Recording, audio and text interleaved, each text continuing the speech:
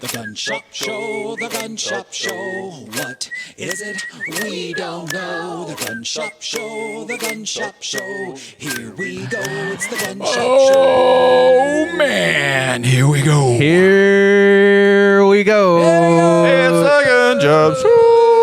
This is the best episode ever. Of all time. Calling it right now. This is indeed the Gun Shop Show. Mm-hmm. It is not the UFO show. No, not yet Or anyway. UAP show. Or the Socks and Shoes show. Well, it could be. We're having two conversations right before we came on air that Did not connected. Not despite even a little bit. the fact that we have a lot to talk about. We have a great Yes. guest coming up this show.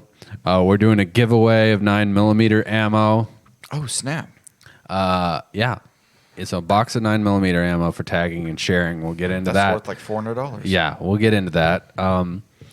And we have a lot that we need to cover. In fact, I need to remind you that the show is brought to you by U.S. Law Shield, which is legal defense for your self-defense, gives you unlimited coverage. Means if you're involved in an encounter, I had a kind of a sketchy situation in my neighborhood last night. And luckily nothing came of it, but I thought, man, basically I was watching this guy engage in some behavior that is really not explainable unless there was something at least mildly nefarious going on. Like he was at least someone's secret boyfriend, if not possibly looking to break into houses. And I was sitting there with a gun, but I had a gun well ahead of time, and I thought, if I have to use this gun, someone might question, well, what were you doing sitting around with a gun? Yeah. You know. Why'd you have the gun ready? And I thought, if indeed all that happens, rather than trying to explain that in the moment, I'm going to pull out my member card from U.S. Law Shield, right? Yep. Let me pull it out right now. Did you have it out while you had your gun out? No, I was just thinking about it, though. Get it out of here. So you got that fancy card with the numbers on it, huh? Yep. I think you need a new wallet. I just saw it. Uh-oh. I'll never get a new wallet. I'll die with this wallet. Yeah, mine's the same way, man. I've been riding this thing out for about 15 years now. I had a wallet, I don't know, 7 to 8 years, and I finally changed it over. What do you keep all your baby pictures in, man? My wife bought me a new wallet for Christmas. And I was like, how dare you? Wow. I'm like, you think I'm switching now? You think I'm switching after I got all this butt slick on this thing? You know how long it takes to make it butt slick? I know. This thing was like a textured seasoned. leather. That's seasoned, man. Definitely. It's well booty oiled. Yeah. It's so gross. That thing's got at least another decade in it. Bring Anyway, it out. if I did have to use that gun, thank goodness I didn't, I would have dialed this number on the back of the card, The red one. the red number, and I would have had an expert Second Amendment defense attorney respond to my location who would have helped me articulate the justification for the use of force had I had to use it, and that wouldn't have been all on me. And you can do that by going to uslawshield.com. You get unlimited protection. Costs less than Netflix every month. Yep. You get ongoing education. And when you use the promo code LibertyTree, all one word, you get rate lock forever. Yep. So that means you right now look at prices of everything. Yeah, Netflix It's going always through raising the the prices.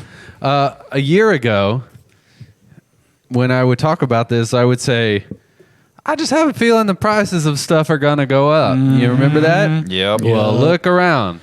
It's getting crazy. Prices of everything are going up. I remember when bread was a nickel. No, you don't. Anyway, you also get 2 months for free, though. 14 months for the price of 12. That's a good deal. When you go to uslawshield.com and you use promo code LibertyTree, all one word. Get a lawyer, self-defense lawyer on retainer. That's pretty much what it is. It's exactly what it is. And multiple self-defense attorneys on retainer. If you just go out and give an attorney $10,000 to keep them on retainer, if they just happen to be busy when you call, nothing you can do about it. Nope. Have a look. This allows a network of experienced people that work together to respond to your location anytime. Think of all that social clout you get when you're like, yeah, I got these lawyers. I can call them anytime, but I'm not going to call them right now. Maybe later. And then you're at a party sipping Cosmos, and you need to call a lawyer, and you just show everybody how you can just call a lawyer anytime. Please don't do that. Yeah, please don't. Sip the That's- Cosmos? Everything about what you described is not cool. Oh, okay. So Don't do that. Don't do well, look, man, I'm just trying to set the example for what not to do. Yeah, that's my exact- tactic. Yep. Just put this in your wallet and use it if you ever have a serious example. Please don't pull it out at parties. Just don't do it. Just show Or off. 2 Okay. in the morning when you're drunk. Hey, Hey, man, what's up? what's it like being an attorney? No, don't do that. It's not Jake from State Farm, guys. Yes. Okay, right before the show, you two sprung 2 things on me. 2. One of them was things. apparently our government is acknowledging the existence of what was They it? call it UAP. When did it change from UFOs and why? Well, it's unidentified flying object to unidentified aerial phenomenon. Because they don't even know if it's an object, really. Like they're Yeah. Okay, fair enough. Yeah, I guess. I guess I can agree with that. Did you hear that they changed? They're trying to change homeless, the name of homeless people, To what? to unhoused, because it's more PC. I don't understand. You know, Instead of saying homeless, you would say unhoused people. This is a real thing. I don't understand that. I don't want to be insensitive to anybody. I really don't. Like, I'll be the first one to say I would never, ever use the word retarded to refer to someone with a mental disability. I wouldn't. That's cruel. Even though it's clinically accepted, by the way. and all that means is delayed, you know. Yeah, exactly. But the connotation. I would never do that kinda because negative. it has become an insult. But Yeah. I will at times call myself retarded when I'm being not how I want to be. Yep. And that's not to be offensive. So I'm somewhere in the middle on this whole PC thing. And if I was homeless, I feel like that wouldn't really be insulting. I would just Like, that's my situation. yeah. You know? Right. Well, it all comes down to, in my opinion, the intended use. If your intended use is to hurt somebody, then it's not okay. But if it's not to hurt someone and you're just referring to yourself and it's a silly moment, why should anyone be offended by Actually, because of my appearance, that? Because I it have minimizes it? and many times referred to myself as homeless looking. Yeah. I don't get the homeless thing, though, man. I don't understand why someone's like, hey, I'm not homeless. I just don't have a home. I'm unhoused. I'm unhoused. How dare you? I can see hey, both being used. Get my as an U.S. Law insult, Shield though. card out and call my lawyers. He's homeless, but he's got U.S. Law Shield. Yeah, but that's that affordable. It really is. It really is. Okay, we have a guest coming up. We're gonna run out of time. So Yeah. before Yeah. we get into the this phenomenon of things in the sky, you said something about your shoes that was just Okay. messed up. We need feedback Whoa, on this from messed up. people because No. he's saying that this No, is no, what no. normal people No, do. most people. Most people. That's But, what you do. No, 50. At least 51% or more people. No, There were- okay, no. Start over. Just tell people how you put your shoes on. Okay, this is how I put my socks. Don't and try shoes to set the stage for No. the statistics. on. Now I'm not the anomaly, but anyway, I go sock shoe. Make sure that everyone understands. You've So- been down. I bend down on my left foot. I slip that sock on. I'm like, well, I'm down here. Let's get that shoe on too. So I get my left. So now my left foot fully socked and shoed, ready to go. Let me ask you this. Is there ever an instance where you go about with only socks on? With only socks? Yeah. Is there any scenario where Yeah, how you about are that? going and like, do you ever walk into the kitchen and slide across the floor because you're in socked feet? Yeah, you ever do that? Yes. After I have So- come home for the day and taken my shoes off. So that's only in that scenario. Only when I'm putting my shoes on. So Never if, got chilly toes, huh? so my I question normally is, don't know. if you don't just put your socks on and then put your shoes on, you do sock, shoe, Yes. why don't you take them off in the same fashion? Because I usually leave my socks on. For whatever reason. So you This walk is around with your weird to stinky me. feet. This is weird, but I'm blown away Well, it just at the makes more sense. statistics that he seems to have on this. Otherwise, it's Who is reporting their sock? Right? Come on, How much everyone research knows. have you done? How many people have you asked? There's actually been a couple articles about it. Yeah, come on. You know what I would Google it. like to find out? Google it I would right like to now. find out if there's any statistics on people who eat all of their sides one at a time before they eat their main course. One course at a time. Dude, Yeah. I do that with That's a weird burgers thing. and fries. I will eat all my fries first and then my burger. Well, then there's at least two. There's at least two. Fries go cold fast, man. You got to eat them while they're hot, They really do. and then you eat the burger, And which if the retains its burger is heat. good enough, it'll stand alone. Oh yeah, the burger can be eaten at a much colder temperature than the fries can. Well, and it still still be needs as to be delicious. warm. I'm not saying that it needs to be as cold. We're going to talk about gun ownership all over the world. Yeah. We also, there has been a response from Springfield about 6 hours lawsuit. In the next 56 seconds, Logan, what'd they say? That they really don't have any basis for it, and they worked hard to develop their magazine, pretty much. So basically, nana boo boo. Yeah. Yeah, joke's on you. You're not going to get anywhere with this. It's just they said that they're trying to weed out the competition. But I heard Sig Sauer will never settle, dude. Never. They put it on their letterhead. And Sig's response was no, you. So Yeah, they really got him with that one. No cap. So nanny boo No boo. capping. You guys really copied us. Okay, coming up on the show, we're going to be joined by Mike Lindsay, a Northern Ireland firearms activist. I imagine that we'll get a very unique perspective into what it means to own a gun in somewhere other than the US of A on the Gun Shop Show. Gun Shop Show.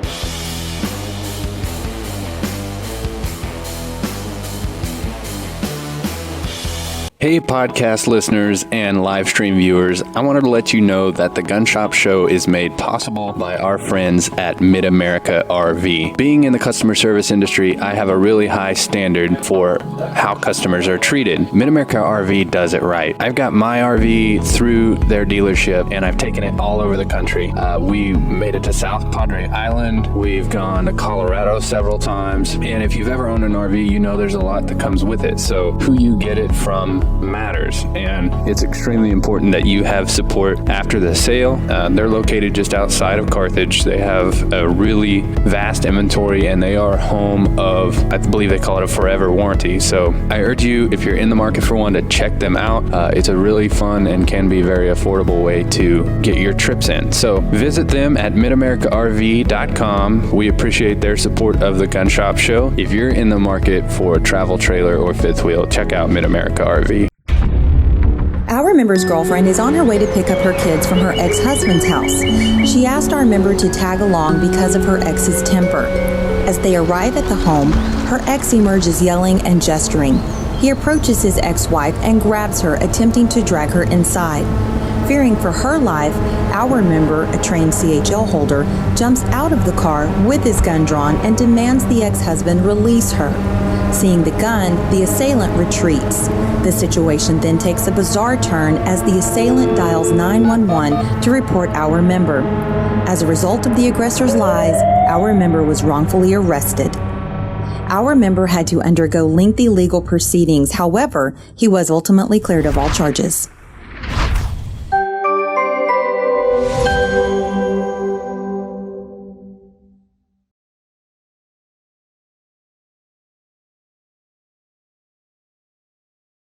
Our evenings, or often on weekends, are spending Friday and Saturday nights on the deck with our friends. Before, everybody would be crowded. We could barely sit together. We were walking on top of each other if everybody was on the deck.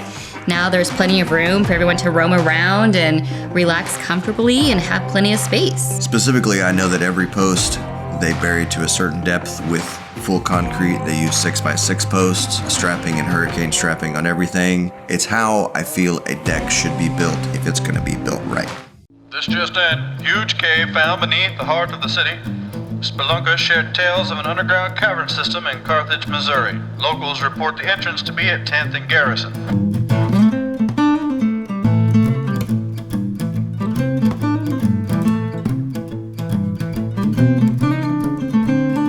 Cave Gang Pizza.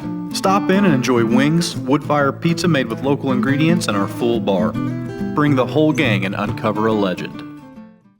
We're Dirt Road Comedy, and when we're not traveling around in our luxurious RV, we like to listen to a gun shop show.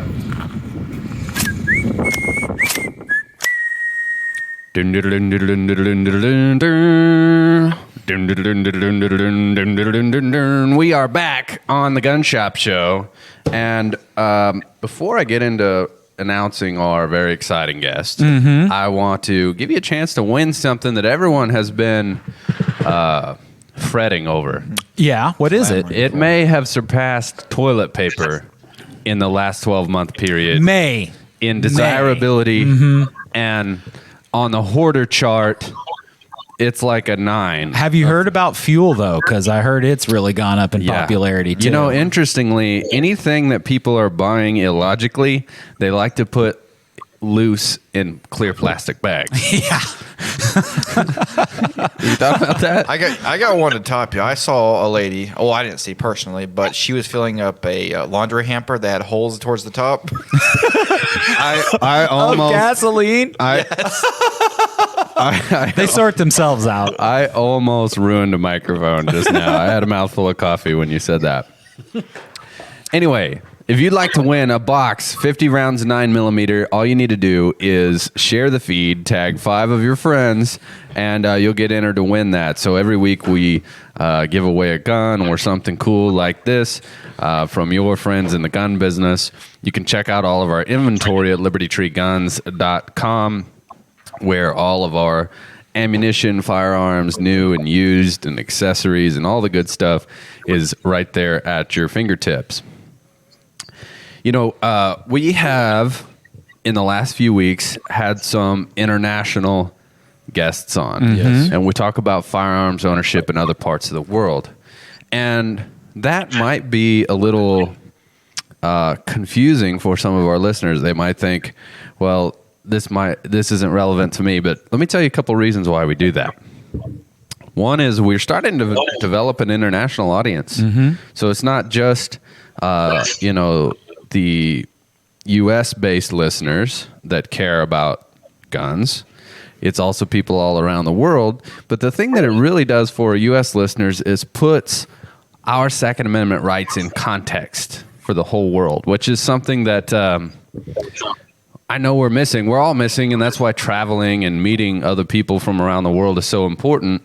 But sometimes politically we think we have it bad, our freedoms are being threatened, and it's true that we must fight to preserve them. But when we look at it in the context of the whole world, we know exactly why. So I've got a person who I'm happy to introduce to you who is an advocate for self-defense. That is Mr. Mike Lindsay from Ireland. Welcome to the show, Mike.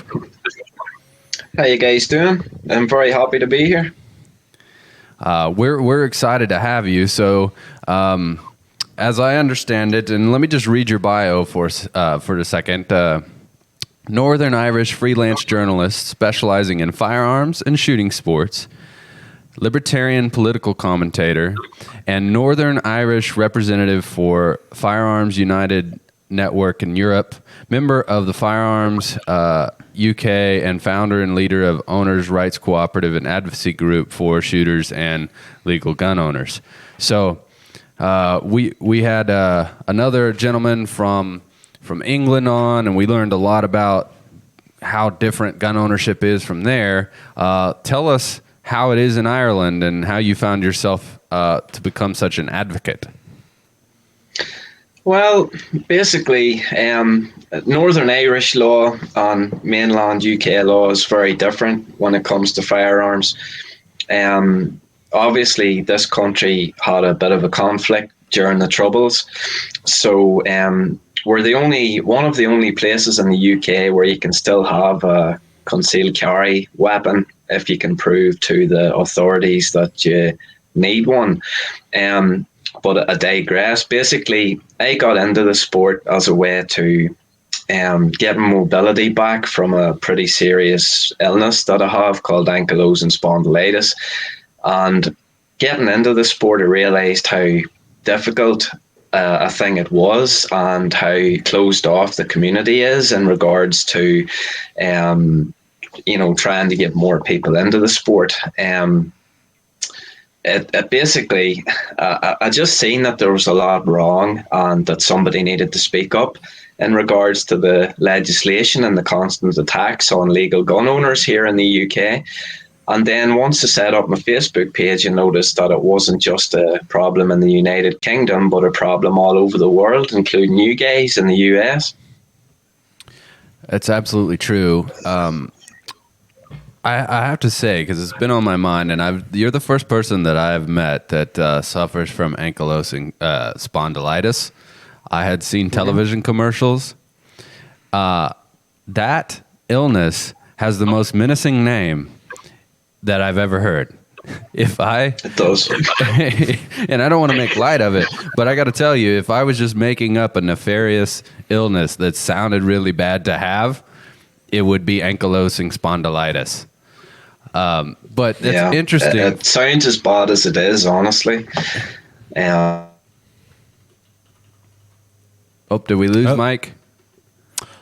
I think we did lose him. So let's see if we can work on getting Mike back. Okay. And this is a topic also that I didn't really prepare to broach with him. He's back. Oh, sorry. I think I lost you guys there. There we are. Okay. So there's so much that I want to talk about, but let's focus for a minute on shooting sports for a person with a disability.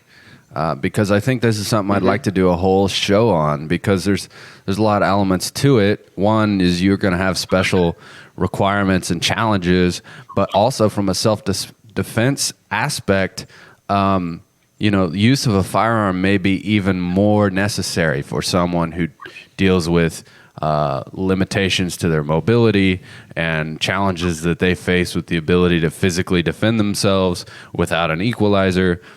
So in about 2 minutes, get into how those things converged for you. Well, for me, for shooting with a disability, it really did give me a chance to get my life back again. I was basically crippled. I couldn't leave the house. I had to lay down for 10 years. So there was a lot of muscle wastage, and I seen shooting as a way that I could compete and get my mobility back in a slow and controlled way. And I found that having a disability in shooting is actually made a lot more difficult with the UK government. For example, in 2019, the government banned Mars action rifles, manually activated release system rifles, which basically means, for anyone that's not aware, that when you pull the trigger, the bolt stays open, you pull the trigger again, the bolt closes, pull the trigger again, and it fires. So the government's seen this as a way to get around the semi-auto ban here in the UK for rifles. And it was the disabled shooter who lost out, because it's people like myself who would have trouble sometimes just racking around. So there was a lot of disabled shooters that lost out there. And even when we made the point to the MPs involved in the discussion to ban the rifles, it was just ignored, the claim that there wasn't enough people to come forward. As for the defensive aspect of things, it's still frowned upon here in Northern Ireland. Like if there was an intruder in the house, Mike, we have and to I went for I'll be right back. Oh, Gun Shop Show. No worries.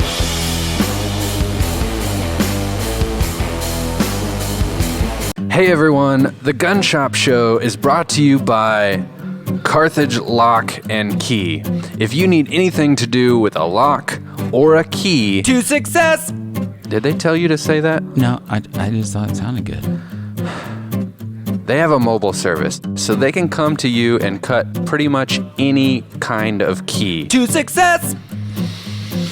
Or if you lock your keys in your To car. success! I'm talking even security modern chip keys. To success! Trevor, could you just jingle the name of the business? Okay. Okay. Yeah, I'll do good this time. So, with all of my properties and all of the needs I have, I trust Carthage Lock and Key to success.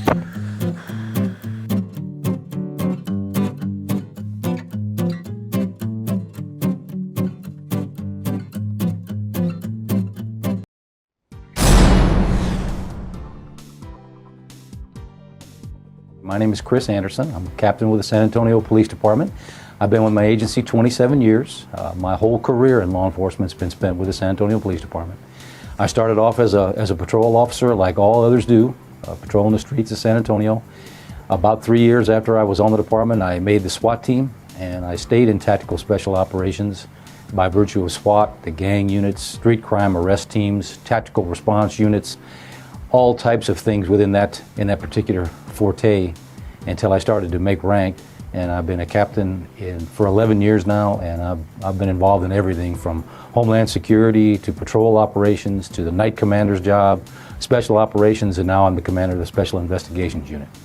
Police officer's job at the scene of a crime is simply to protect the people who are there, prevent further injury or death, preserve physical and testimonial evidence, collect it, and deliver it for processing in a criminal case. We do not determine guilt or innocence at a scene, and it's an important role in our job to remain as neutral and unattached from feelings of guilt or innocence as we can. About 90% of the people that we interact with on the streets at any given time are good, solid citizens who are trying to abide by all the laws that they know. Typically, when they interact with a police officer, it's because they violated something in the things that they don't know. And the Texas Penal Code book and Code of Criminal Procedures, local government laws, family codes, and a variety of other things are in a book that's about 8 inches thick. Most police officers don't know most of the information in it, and naturally that would tend to lead you to understand that most citizens definitely wouldn't know them all. So most of the interactions that police officers in Texas have with normal citizens is involving a law that those folks don't even know exists. Many times, and especially depending upon the level of experience that they have with the job, the speed by which they determine who's an actual suspect and who just may be a person of interest as a witness or possibly a victim is hard to determine initially. Factors that they're aware of at the scene, it all depends on those things to determine whether someone's telling the truth or not. There are obvious cases when someone's trying to deceive us, and there are people who are very good at deceiving the police. At that point, we may take a lot of people into what we term an investigative custody, or make an investigative detention on them for the purpose of determining who the actual suspects, victims, and witnesses might be. And our goal at that time is to legally arrest and take into custody the persons responsible for the crime.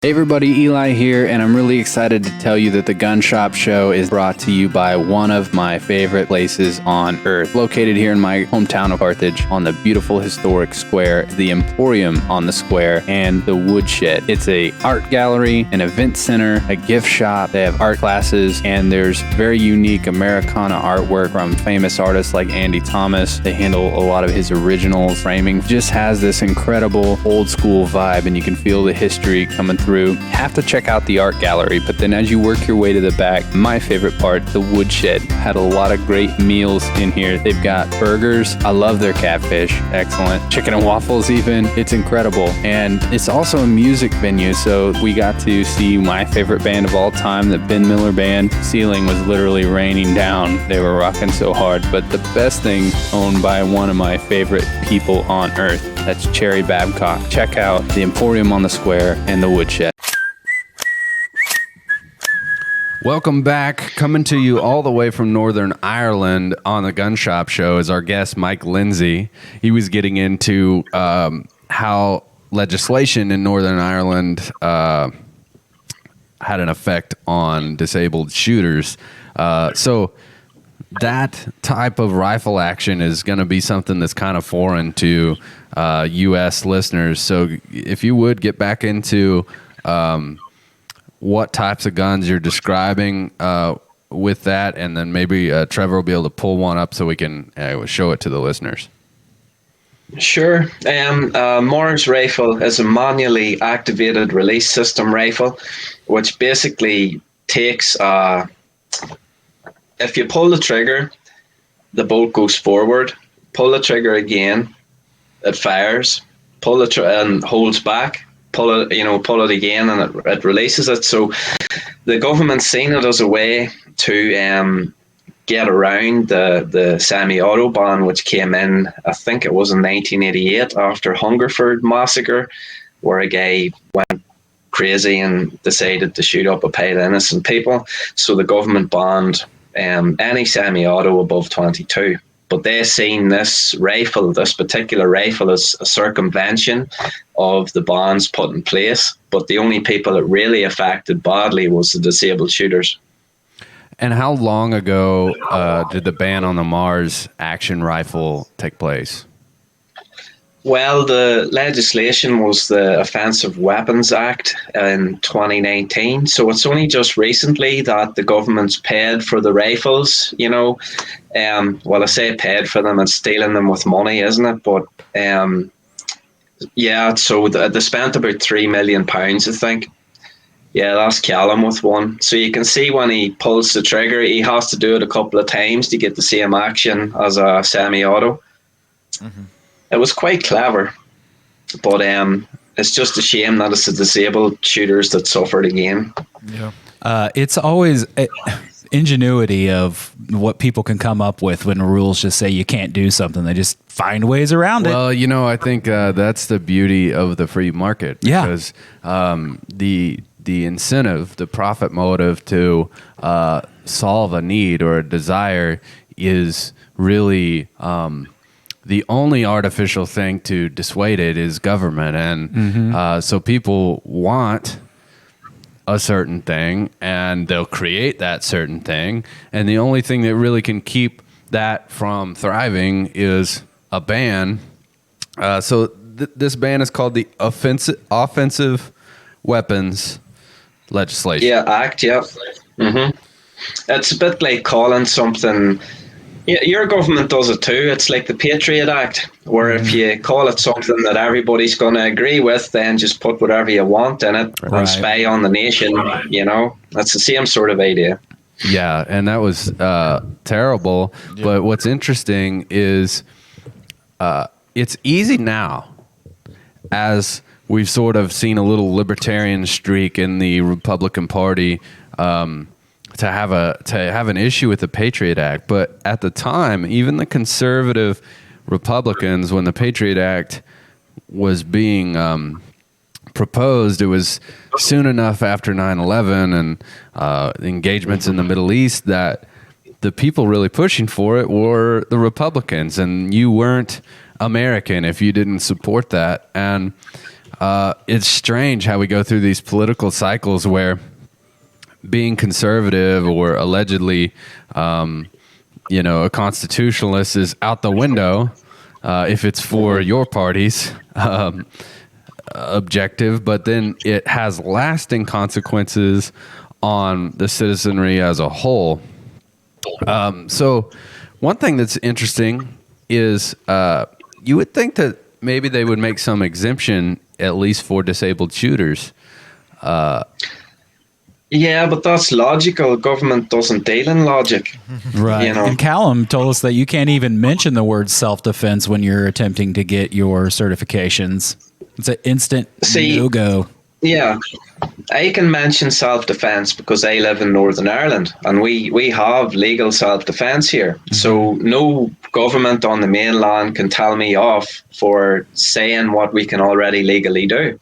So that's the difference. And I happen, with Callum's case, he didn't say anything that I thought was wildly out of the ordinary or extremist. The Bataclan incident happened. If there had been some concealed carry permit holders there, would there have been of so many deaths? I don't think so. But he got penalised for it. He still doesn't have a licence. And again, this is why I do what I do, because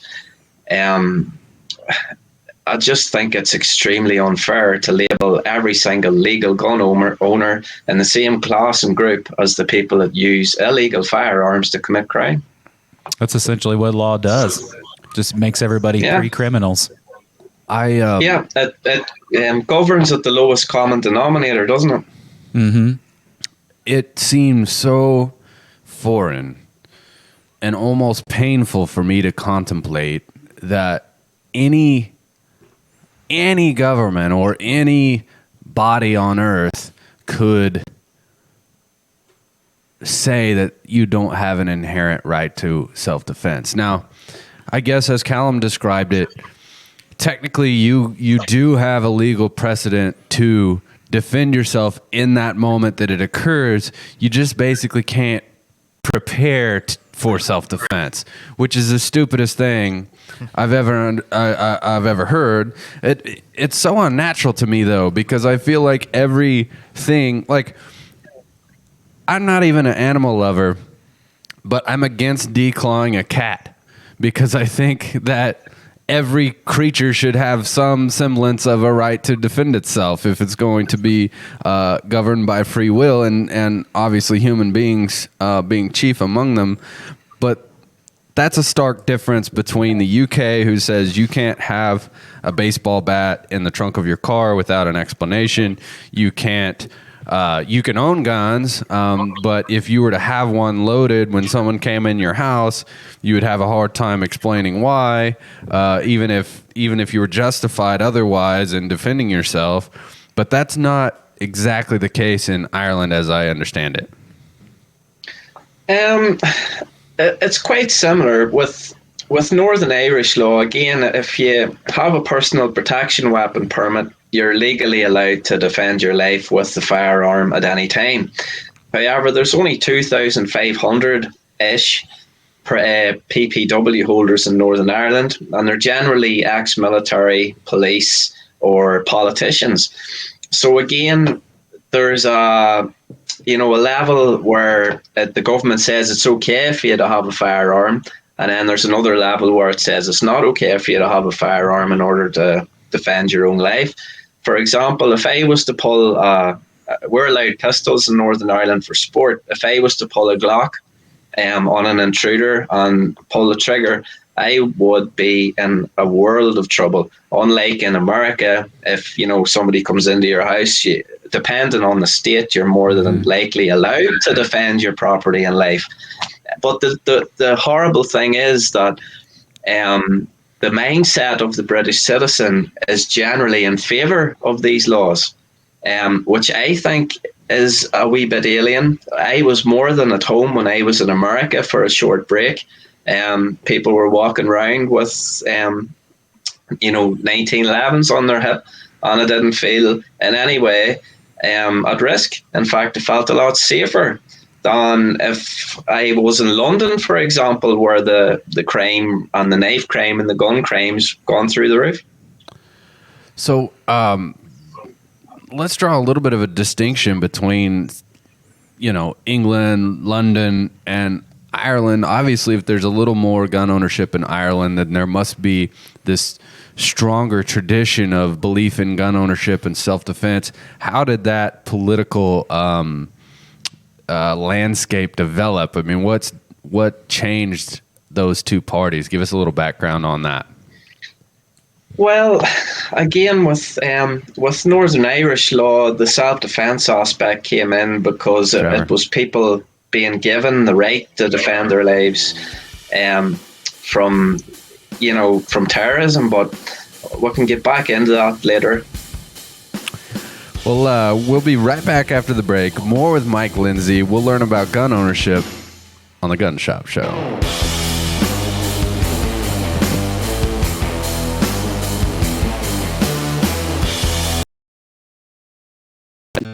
Land is everything to me. When I was born, I was brought home to the family farm, was raised, learned work ethic there, learned appreciation and respect for life and the land itself, and it just became second nature. I had to be there all the time. whenever I wasn't on the land, I was not happy. But I learned to understand the land, learned to respect it, learned family values.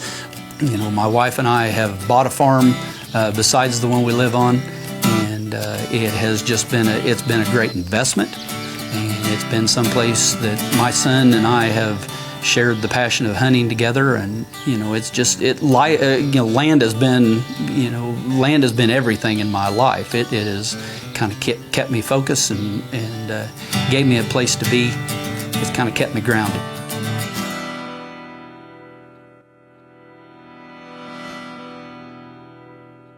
Hey, you know what makes this, the Gun Shop Show, possible? It's people who believe in the show. And someone who has believed in the show from the very beginning is my good friend Chris Chapman, owner of Whitehead Farm Supply. Here's a message from Chris. Guys, my name's Chris Chapman, owner of Whitehead Farm Supply, and I just want to take a few seconds here to let you know that we are going to be proud sponsors of the Gun Shop Show, and we appreciate everything that them guys are doing over there, and we just want to show them our support. Thank you.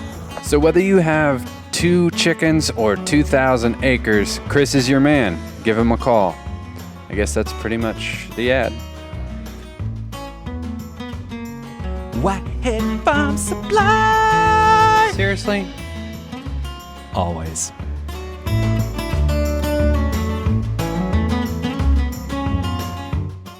I'm Lulu, and I watch the Gun Shop Show because all the fellers are handsome.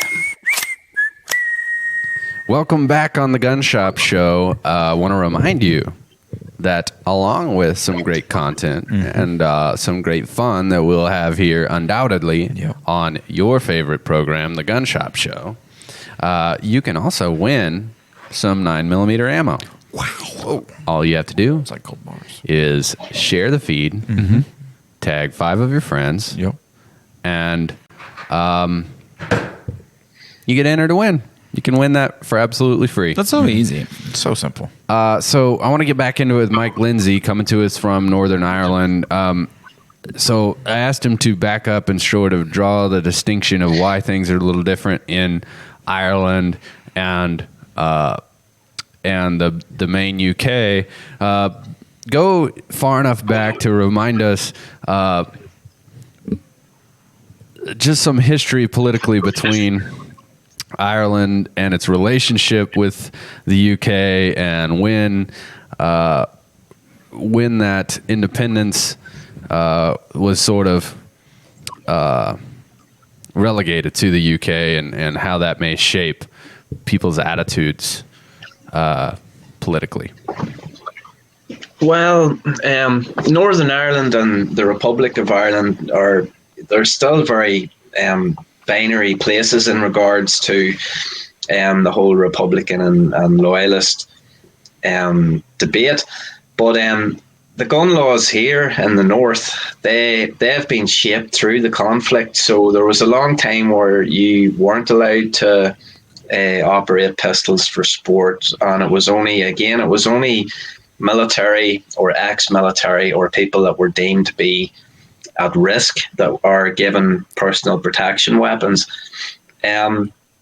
Things have sort of grown apart in regards to Northern Ireland and the mainland in regards to gun legislation, because after Dunblane in 1996, which was our one and only school shooting here in the UK, that's when handguns were banned the following year.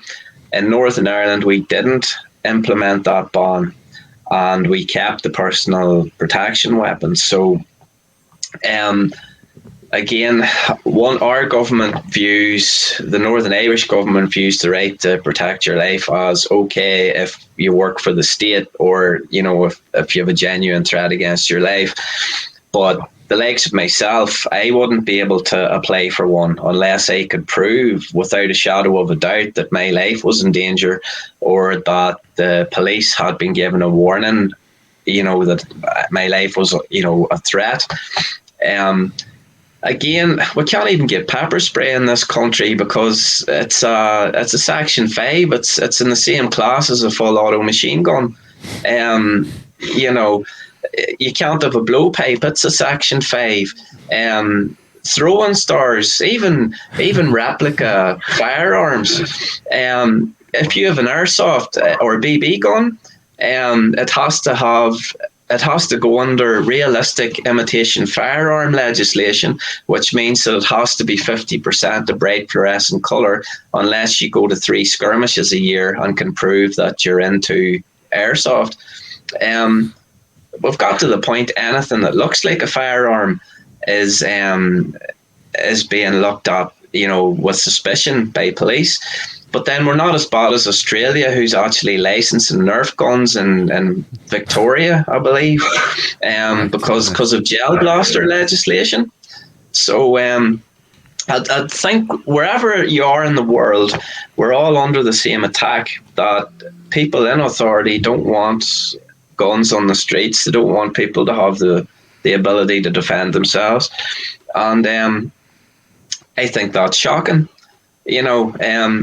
Why should everyone be treated with the suspicion of the lowest common denominator, like I said earlier? It doesn't matter how much legislation you bring in.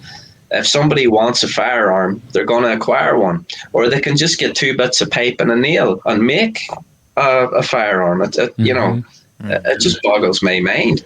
The mindset of the gun grabber. Yeah. I was just going to say, it seems so bizarre to me to imagine that a person would ever even know when their life is threatened. Like you're saying, you have to go to the government and say, I have an imminent threat. Very little of the people who are the victims of a violent encounter know it beforehand. And the whole foundation when we teach self-defense is built upon the fact that you never know when that day will come, and that you have to be hyper aware because it can change in an instant. So the idea that you have to go to the government and say, please let me explain why, and that the police may or may not have had a tip. I mean, I was a cop for 5 years, and the public's perception of how much we knew about what was going on in the community is way skewed. They thought we were always aware of who was doing what, and everybody was going to get caught. And in reality, what was on the police's radar in terms of what was going on behind the scenes or physically in the world was just this tiny fraction of the amount of encounters and interactions and goings on that happened in the town. So it would seem, unless you were literally embroiled in some kind of political, someone put out a known hit for you, it would be almost impossible to lobby that you need self-defense that's not otherwise just granted to you. You would need the same level of premonition that the government seems to have about all these people that are going to go out and shoot everything up. Right? Yeah. But you just hit the nail on the head there, guys. They don't want to give you the personal protection weapon. Mm-hmm. Do you know what I'm saying? It's if you can prove to them, fine, but how do you prove to them? So unless you're a member of the government or the police or the military, they'll get there straight away. But for somebody like me, if I was to get a death threat, which I get regular from people on the internet because of my views, it's, unless you can prove to them it's legitimate, they're not going to take it seriously. So it's a 2-tier system in regards to the personal protection weapons. So I think your government's trying to bring in, similar with red flag laws, etc. They're trying to bring in more and more controls on you guys, and it's shocking. It really is shocking. The one bastion of freedom left in the world, and they're trying to take your rights from you. Yes, and we get too comfortable here in Southwest Missouri, where the majority of opinion is ours. So it's not like that even across the United States, and it's certainly, as you've pointed out, not the case all around the world. So for you to express these views on liberty and inherent human rights to self-defense, you really are kind of on an island ideologically, and I'm sure you found some allies. But let's get into that. You mentioned you've had death threats.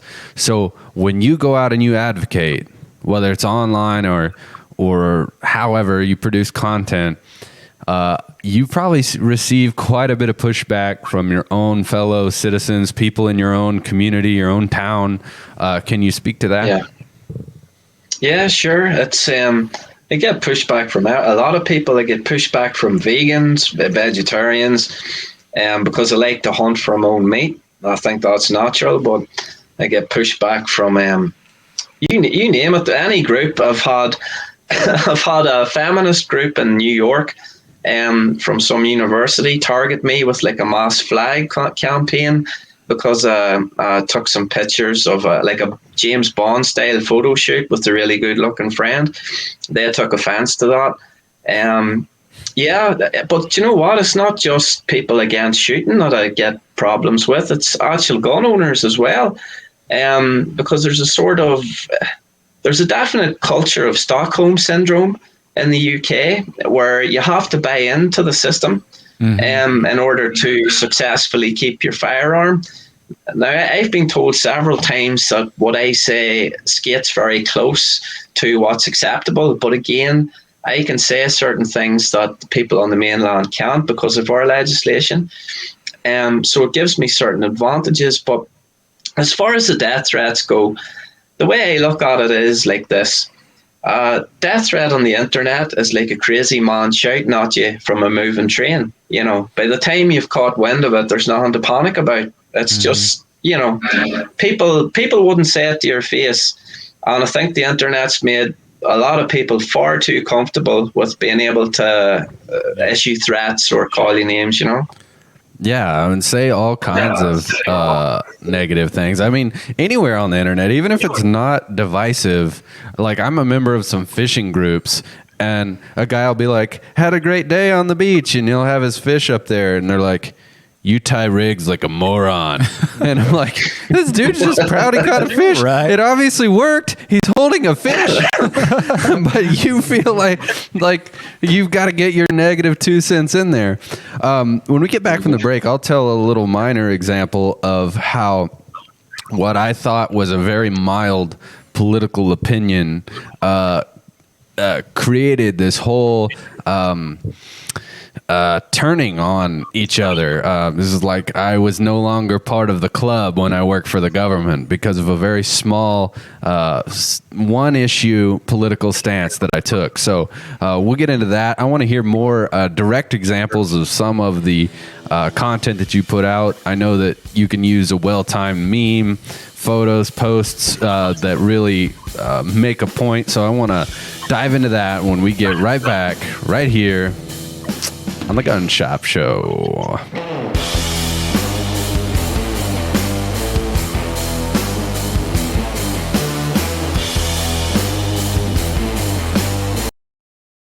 Hey, podcast listeners and live stream viewers. I wanted to let you know that the Gun Shop Show is made possible by our friends at Mid-America RV. Being in the customer service industry, I have a really high standard for how customers are treated. Mid-America RV does it right. I've got my RV through their dealership, and I've taken it all over the country. We made it to South Padre Island. We've gone to Colorado several times. And if you've ever owned an RV, you know there's a lot that comes with it. So who you get it from matters, and it's extremely important that you have support after the sale.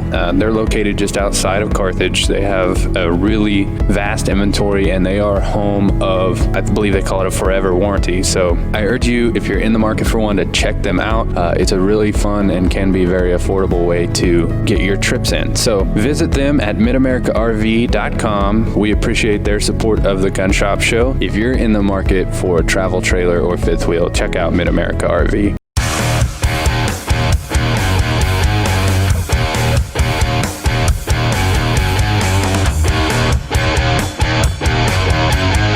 Hey members, thank you again for joining us today. I have spent a lot of time talking to several of our independent program attorneys who have all given me the same great practical advice on what to do if you ever have to display or use your firearm to stop a threat. Always make sure you call 911 to report that you were almost a victim of a crime. Why? Because if you don't, there is a very high likelihood that the bad guy will call 911 and report you as the criminal. This exact scenario is illustrated by the story of Scott, one of our members from Colorado. This is what happened.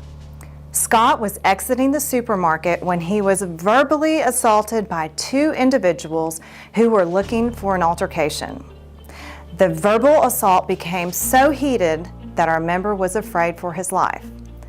Scott was forced to defuse this potential deadly threat by displaying his firearm and demanding to be left alone.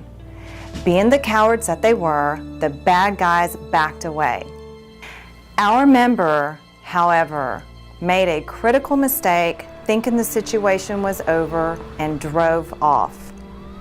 It was only a few blocks away. Scott was pulled over, handcuffed, and taken into custody. How in the world did this happen? Well, the answer is simple. The bad guys called 911 first and reported Scott as the aggressor. The lesson here is criminals lie. Scott was the victim of the crime and was charged with disorderly conduct, and only after a lengthy legal process, all charges were dismissed. Since Scott is a member of U.S. Law Shield, he ended up paying 0 attorney's fees. Unfortunately, this ordeal still disrupted his life. Members, please do not let this happen to you. Thank you, Scott, for sharing your story with us. Members, if you have a great story relating to owning a firearm or how your U.S. Law Shield membership has benefited you, we want to hear about it.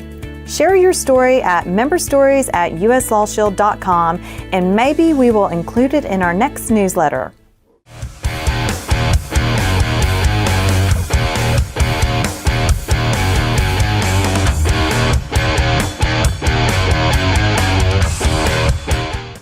People are always asking me, Eli, you seem to get the best deals on things. What is your secret? Glory actions and estate sales. Trevor, I appreciate you jingling, but I have to say the ad part first because people need to know about the company. Oh, I thought you wanted me to do it. And then also, it's it's covering up my face. So right.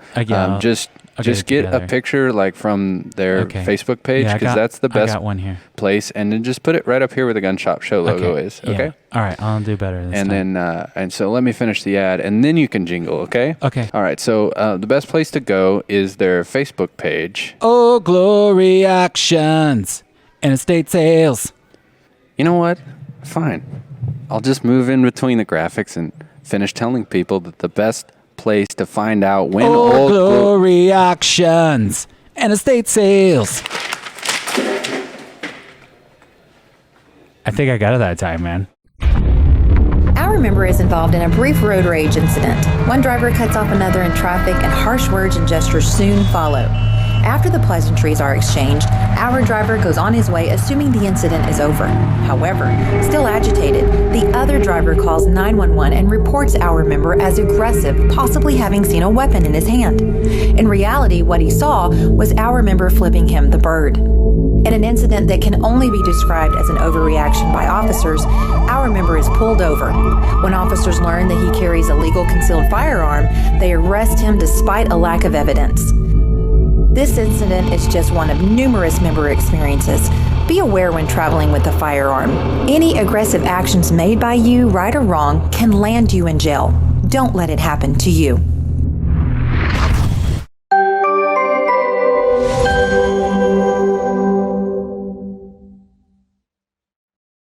Buckle up, because belts just got better. With Core Essentials, the perfect fit every time. With 40-plus sizing positions. Styles for any situation. Whether in the boardroom, crushing sales and taking names, on your next adventure, in the great outdoors, or when you're done for the day and ready to relax. Get your perfect fit with Core Essentials.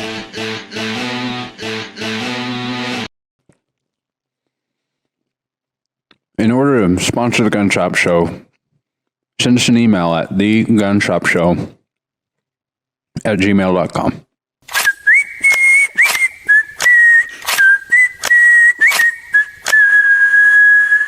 Hey there. We got your lab results back. It looks like you have a fever, and the only prescription is more Gun Shop Show.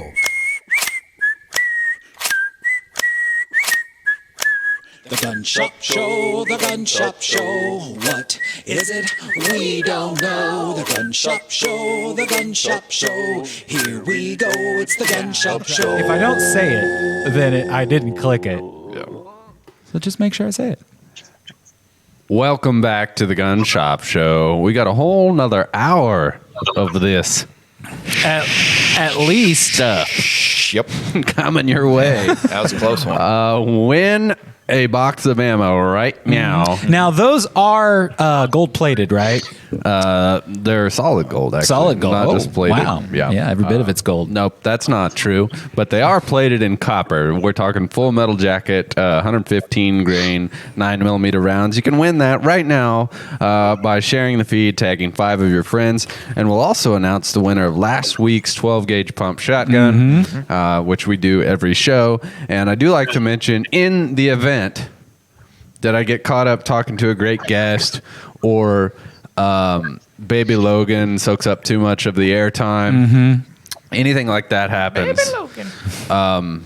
I get off in the weeds about how I'm wearing the world's wrinkliest pants right now. Or you start telling stories about bonking turkeys, etc. Stuff like that. Seriously, they're very wrinkly. They are very You would wrinkly. never know that. Can confirm. Very wrinkly. And see, that's the magic of show business, because I'm sitting here and you're looking on your small phone screen, or maybe we're on your television on KODE 12, or maybe you're casting it on a 70-inch screen, and you're like, that guy's probably wearing normal pants. He looks like the kind of guy that would wear normal pants. But you'd be wrong. They'd be very, very wrinkly if you could see them. So joggers then, that's what you're wearing? They're just normal pants. They just look like they were wadded up. Normal pants with extra wrinkle. Yeah, extra wrinkle in them. You can't buy that. So we're going to get back to our guest. Make him wait on us. But I want to tell a quick story. He was talking about how things that shouldn't be that controversial have been made that way, and how the government sort of has its certain nature. So when I was a police officer, and it was really right after I had quit to pursue some of my business ventures, I made this point while I worked there, but also after I left, that DWI checkpoints were not effective ways to deter drunk driving, and they weren't really, in my opinion, in the spirit of the Fourth Amendment, because you're presuming everyone's guilty, you're stopping their freedom of movement, you're making them prove they haven't been drinking, and out of thousands of cars stopped, oftentimes there would be one DWI arrest. And so I would make that point. This is not safe for officers on the road. It's not safe for people driving. It's not effective, and it violates people's rights.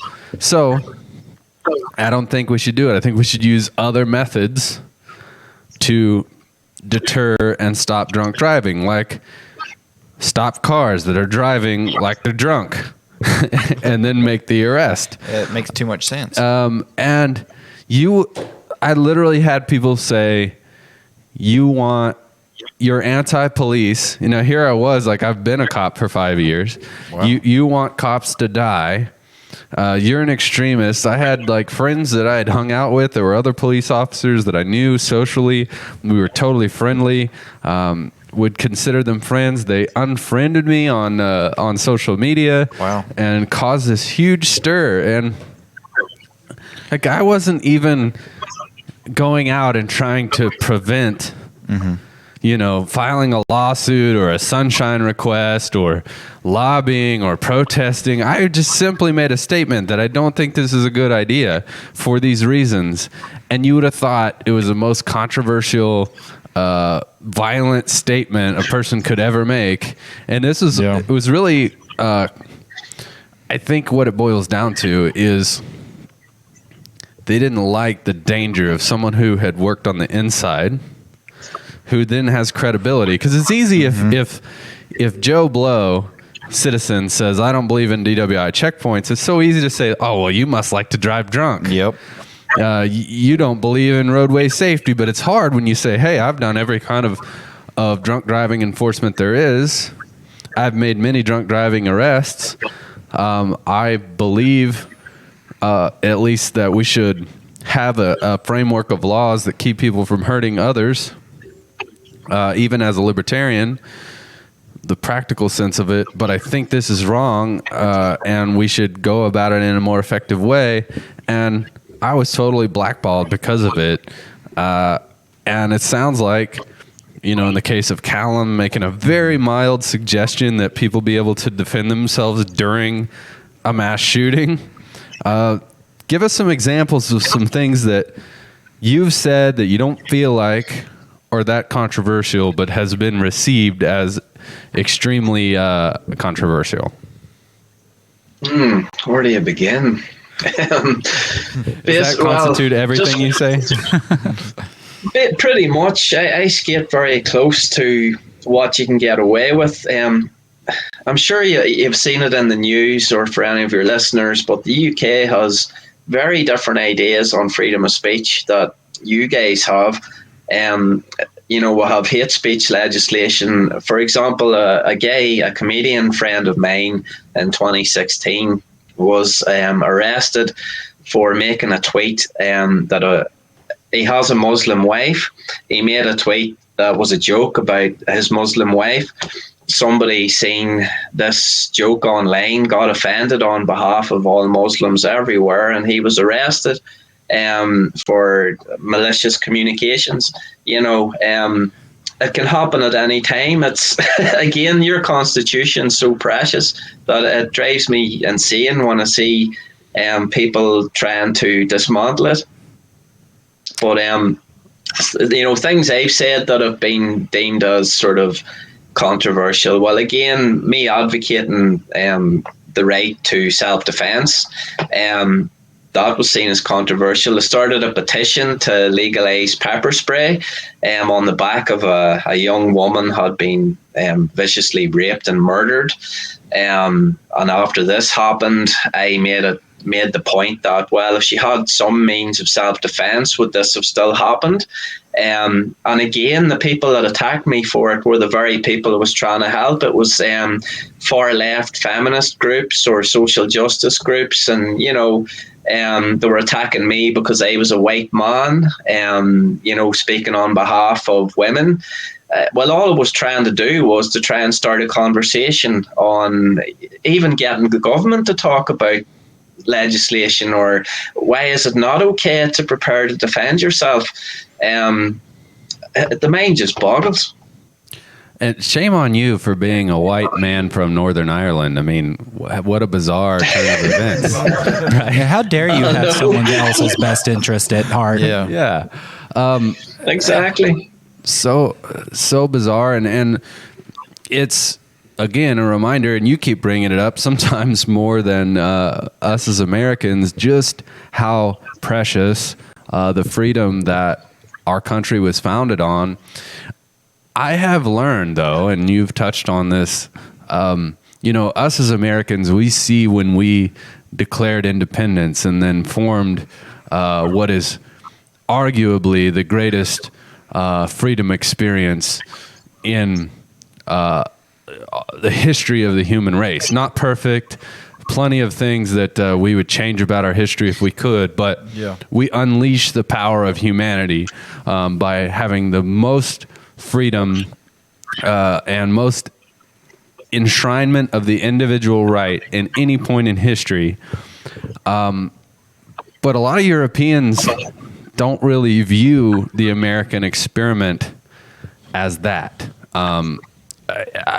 Strangely, I had a conversation about the relationship between the UK and America with just a support guy from England, and he had a very negative.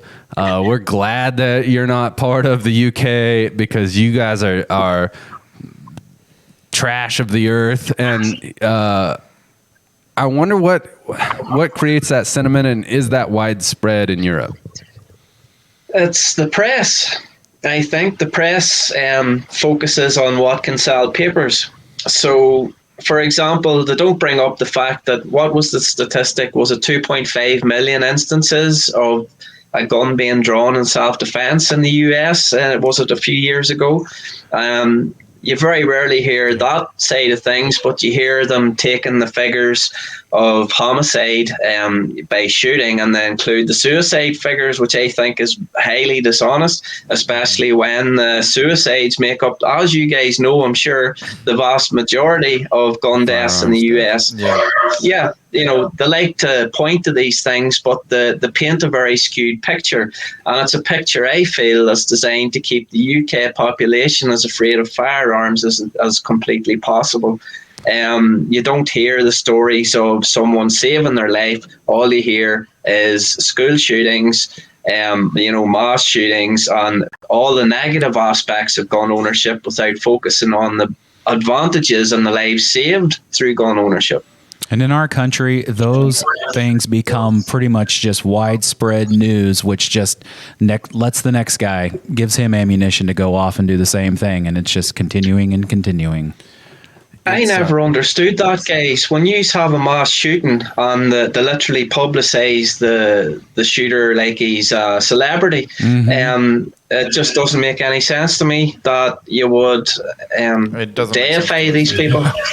Yeah, it again goes back to what sells, and it's very sensational to get to know a horrible person. It's done through all of our culture. Every Netflix series on serial killers. We'll be right back on the Gun Shop Show. Hey everyone, the Gun Shop Show is brought to you by Carthage Lock and Key. If you need anything to do with a lock or a key To success! Did they tell you to say that? No, I just thought it sounded good.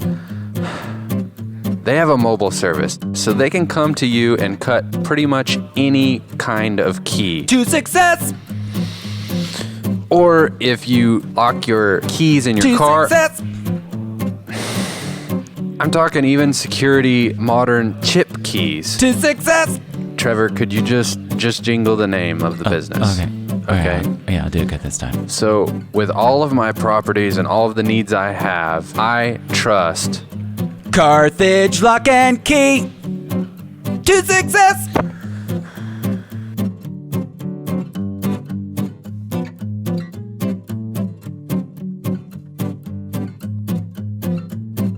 Our evenings, or often on weekends, are spending Friday and Saturday nights on the deck with our friends. Before, everybody would be crowded. We could barely sit together. We were walking on top of each other if everybody was on the deck.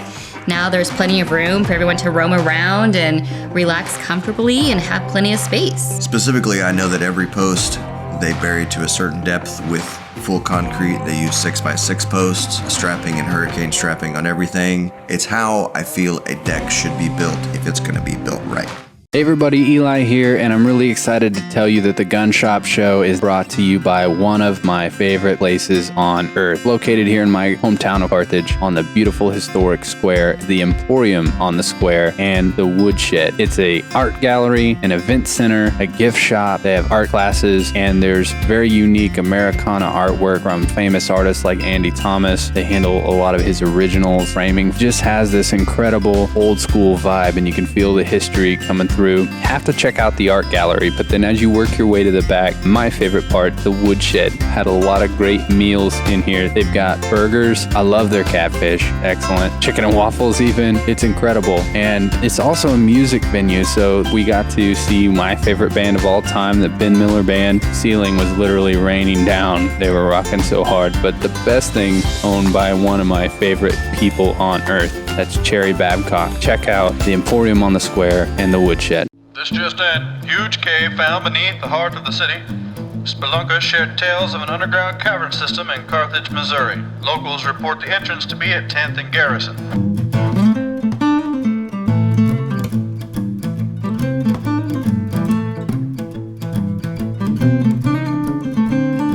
Cave Gang Pizza. Stop in and enjoy wings, wood-fire pizza made with local ingredients, and our full bar. Bring the whole gang and uncover a legend. Listen here, Pilgrim. This here is the Gun Shop Show. Welcome back on the Gun Shop Show. We're getting into it with Mike Lindsay, who's coming to us from Northern Ireland, discussing the context of freedom in the world, particularly when it comes to gun ownership. And I always call it the Second Amendment, and it's easy to lose sight of the fact that gun ownership is an inherent right. It's not created by the Second Amendment. It's simply protected by and enshrined in the Second Amendment. But you take what I believe is a natural human right and should exist and does truly exist in all parts of the world for all human beings, whether it's recognized by those governments or not. Yeah, if they don't like that fact, they'll find out real quick. When it hits the fan, the people will show them that they have the desire to defend themselves. And we've seen little flare-ups of that in Hong Kong. We've seen little flare-ups of that in France.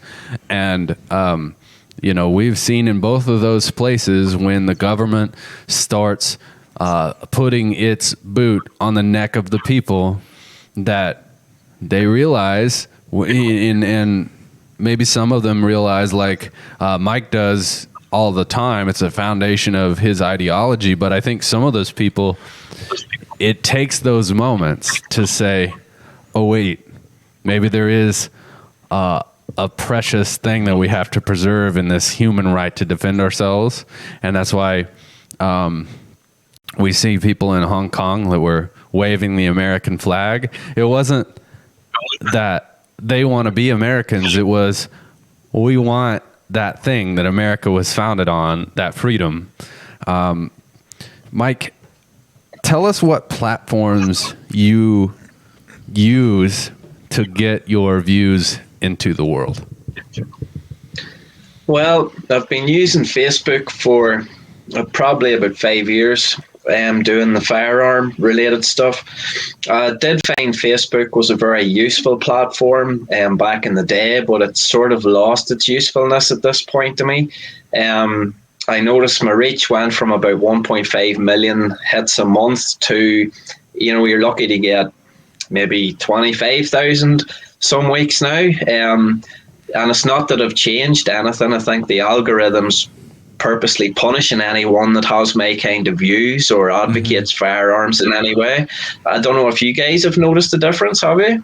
Yeah, just in the last just this month we've started getting takedown notices for our posts. And so on Liberty Tree Guns Facebook page, not only does this show air, and sometimes we post just organic content of things that are going around the shop, but the majority of our posts are every single used gun we get in stock we post on Facebook. Yep. And very clearly in Facebook's community standards, their policy agreement, it states that it is prohibited to promote the private sale or transfer of a firearm outside of a legitimate brick and mortar business or website. So it says, and I double checked it, it's just the last warning we got to make sure they hadn't changed it. Because theoretically, just from a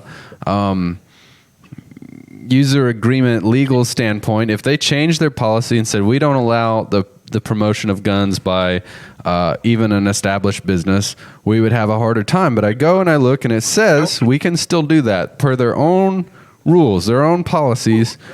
But they're still flagging and threatening to unpublish our page. And that is happening all the time. A friend of mine told me that this show was airing live. So it was a live Facebook stream. And it said it was grayed out. And it said graphic or controversial content. And he had to click to unlock. So, like, people post a gory photo, from a bad car accident or, a bad injury, and Facebook would cover it up and say, hey, make sure you want to see this kind of content before you click it so you can go ahead and look at it. They had lumped this show, which is mostly just jokes. It's mostly just us goofing around, had listed it as potentially dangerous extreme content.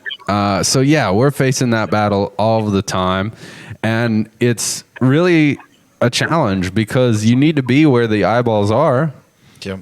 Right? We can go to some new Second Amendment friendly platform, and if no one's there and it's just an echo chamber of all of us, what good does it do? Exactly. I'm on different all sort of tech platforms. Like I'm on Parler, Gab, MeWe, and when I post there, I don't get anywhere near the level of interaction with people who aren't into guns that I do with Facebook, which is the entire point of me posting on Facebook. It's like you said, you have to post where the people are. Most normies or people not into guns are on Facebook, so you have to play by the rules. And unfortunately, Mr. Zuckerberg doesn't like Arcane very much, and we seem to be on the defensive all the time. But again, it's a good platform for what I do. It's like you said earlier, I do memes. If something happens, I'll do something on the fly and try and make a point across. And sometimes it goes viral, and that's when I get debates happening. But then it's not antis I'm trying to convince. It's people sitting on the fence I'm trying to convince. And I've brought a lot of people into shooting in the UK that wouldn't have got into the sport if it hadn't have been for my work. So that's kind of what keeps me going. It's the thought that every time I make a meme or a post, I might convert one more person to the sport, grow the license holder numbers. And, if we get to a point where enough voters own firearms, then we can really make a difference at the polls, and the politicians will perhaps start rolling back on the death of 1,000 cuts they've been implementing to legal gun owners here in the UK. Even though I would be labeled as very far right in the libertarian aspect of how much government involvement I want, and I want to see that on economics, I want to see that on personal freedom, I want to see that lifestyle issues, I want to see all of that, but I think strategically, for the preservation of the Second Amendment and gun ownership worldwide, we need to separate the right-left paradigm from the issue of individual gun rights. And so we've been making an effort on this show. Let's get people to who may disagree with us on every other political issue to be in our camp on the Second Amendment and make it all about that, because we could tip this. Now is a turning point. The public, younger generation is not being exposed to gun ownership like they had been in the past through family tradition. Only because of the turmoil in our country this year have we seen a wave of new gun owners. But those people can fade back away and leave the sport because they don't, or the notion of gun ownership, because they don't have a pressing need, or they don't have a cultural tie-in. If they just bought a gun because they were panicked, but they never go out and shoot it, they don't learn to appreciate it, they don't learn how to use it safely, that's a wasted opportunity. So when we get back in, let's talk about strategy. How do we tip this politically, and what does that picture look like? Stick with us. How many more segments we got, Trevor? Let's see. We're on 6, so sort of 3. We got 2 more and the show overdrive. Stay with us with Mike Lindsay on the Gun Shop Show.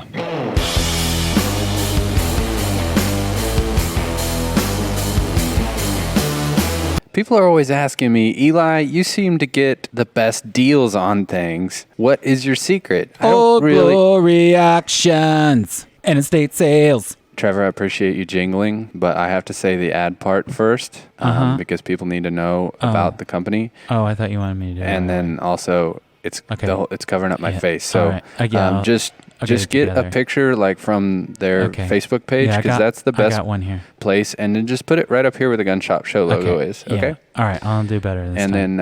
And so let me finish the ad, and then you can jingle, okay? Okay. All right. So the best place to go is their Facebook page. Oh, glory actions and estate sales. You know what? Fine. I'll just move in between the graphics and finish telling people that the best place to find out when old glory actions and estate sales. I think I got it that time, man. Land is everything to me. When I was born, I was brought home to the family farm, was raised, learned work ethic there, learned appreciation and respect for life and the land itself, and it just became second nature. I had to be there all the time. Whenever I wasn't on the land, I was not happy. But I learned to understand the land, learned to respect it, learned family values.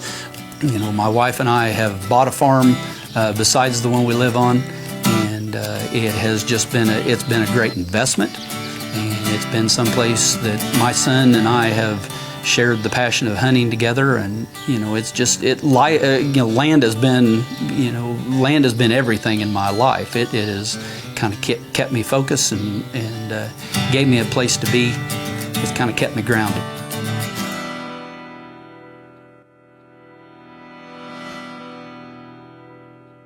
Hey, you know what makes this, the Gun Shop Show, possible? It's people who believe in the show. And someone who has believed in the show from the very beginning is my good friend Chris Chapman, owner of Whitehead Farm Supply. Here's a message from Chris. Guys, my name's Chris Chapman, owner of Whitehead Farm Supply, and I just want to take a few seconds here to let you know that we are going to be proud sponsors of the Gun Shop Show, and we appreciate everything that them guys are doing over there, and we just want to show them our support. Thank you.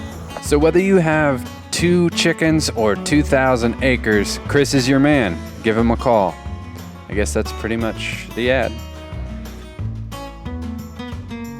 Whitehead Farm Supply. Seriously?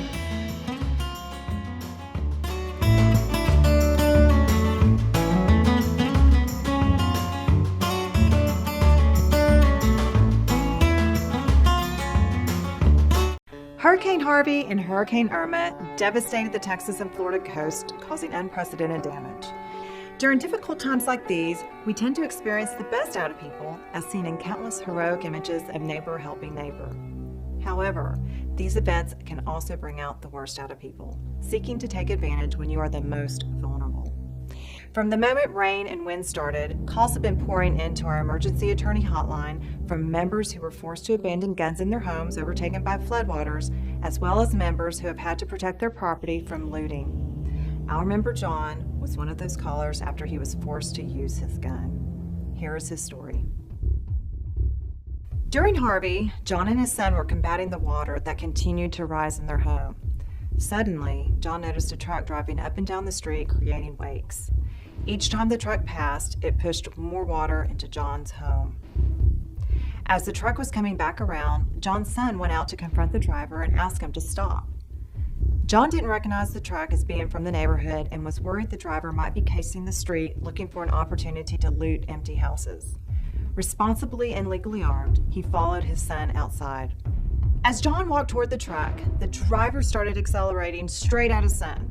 John, fearing for his son's safety, fired a single shot in order to startle the driver and give his son time to move. When the police arrived, they intended to arrest John for deadly conduct. He called the Lost Shield emergency hotline and was immediately advised by his independent program attorney. After the attorney talked to the police, they determined that a crime had not been committed because John acted in lawful defense of his son. Thank goodness John is a Lost Shield member and knew exactly what to do when the police arrived. We were there for John when he needed us most, and we are here for you 24/7 with our attorney-answered emergency hotline.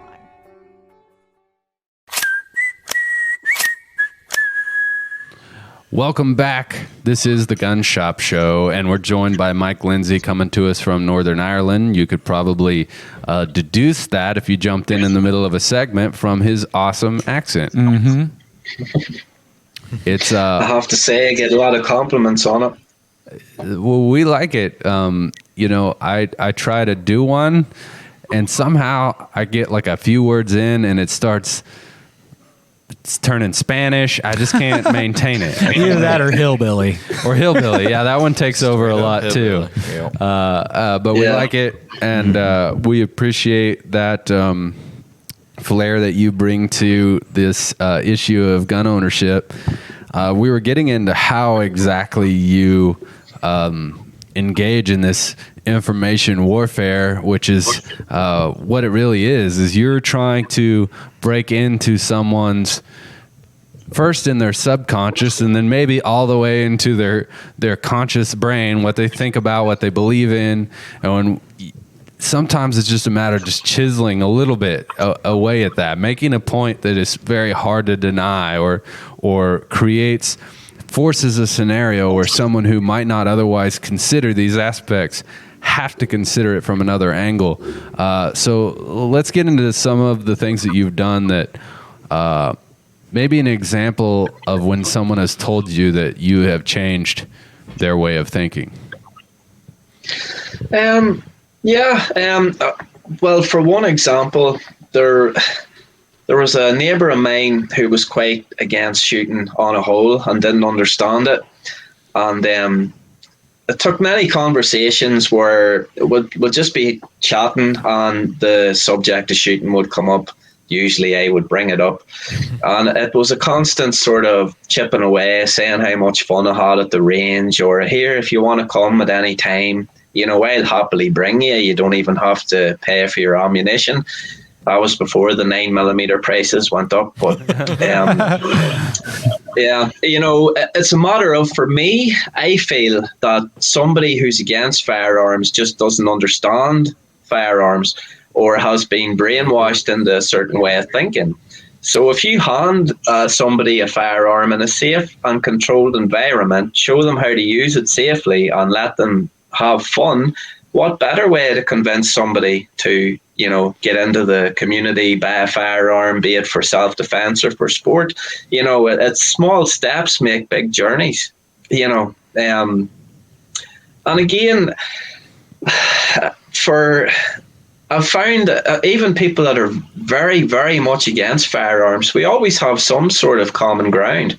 So it's just a matter of finding that common ground, trying to build on top of it and coming to some sort of conclusion that's beneficial to both parties. In relation to firearms, I can't think of a more fun way to spend a day than blasting at a target. And most people that come with me to go shooting agree by the time they go home. And, that same person who I took actually went ahead and got his firearm certificate. So, another shooter was born. But that's just one instance. I have many debates online, and again, debating online is a wee bit pointless sometimes because the people that approach me generally have their minds made up. But it's when their friends comment, this is the thing, when their friends comment on Facebook, they'll leave laugh emojis on my comments, but that they don't realize that boosts my post to people who they're friends with. So I purposely try and bait these people into getting triggered on my page. They'll send me messages and I'll reprint the message minus their name so Facebook won't do me for harassment. And then that gives them a chance to reply to me publicly. But I can't say anybody has ever replied to me publicly because it can be quite short in my retorts to these people. But again, my retorts are very polite and they're designed to, sort of bait them into commenting or their friends and commenting. And this boosts the reach. Therefore, more people are reading my responses and I generally get more people coming to my side of thinking that way, if that makes sense.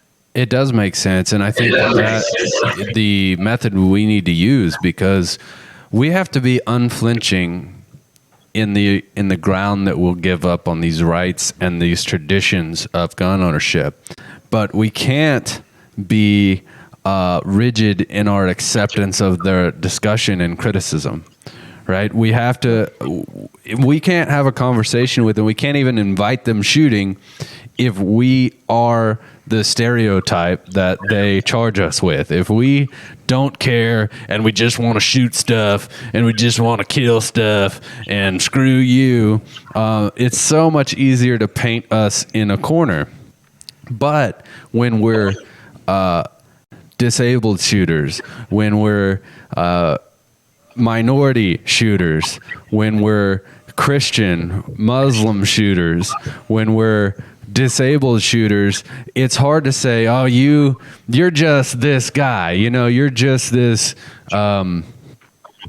wannabe warrior, stereotypical right-wing nut job, when we're not. And the cross-cut of the American public and the worldwide public that own guns, or even that should have the right to own guns. And you can point to all kinds of political instances around the world where the outcome of the common man would have been tipped to the positive had there been widespread gun ownership, are countless. So we have to make that argument in a way that is inviting and acceptable to people who may not look and think exactly like us in every aspect. Yeah. So That's where true. else That is where else true. is your content posted besides Facebook? Well, I do a bit of freelance journalism, so write under various names, sometimes ghostwrite, but I'd submit articles to gun magazines here in the UK. I also write on my own website, mike-lindsay.co.uk, sneaky plug. That's where I would put my thoughts down. I can be a wee bit more say what I think on that particular site. As you know, Facebook, if they disagree with you enough, they're just going to delete your content. So I learned that the hard way. I was trying to get into YouTube, but I feel YouTube's a little bit hostile these days to, my sort of content. So I've sort of put that off. But I'm looking into, Rumble and obviously Vimeo. So I'm planning on doing maybe a podcast or something in the near future concerned with British firearms rights, than American, but I cover both on my page.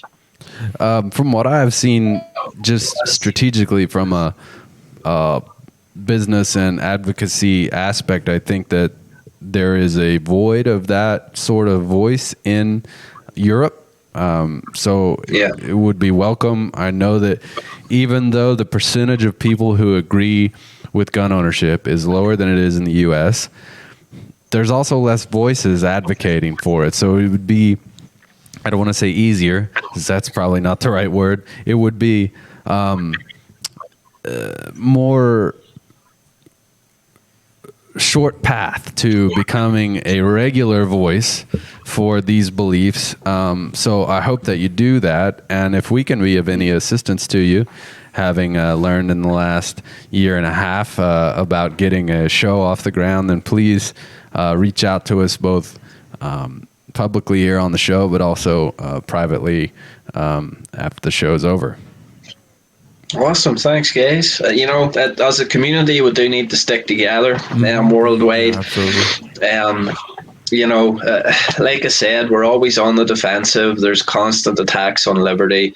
Firearms seem to be a red flag to the bull that is government worldwide. So, and again, like talking about your own country with red flag laws, etc., that's only going to be more arduous from here on.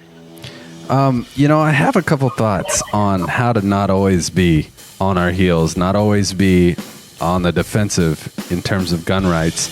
So I want to float some of those to you, see what your thoughts are when we get back after the break on the Gun Shop Show.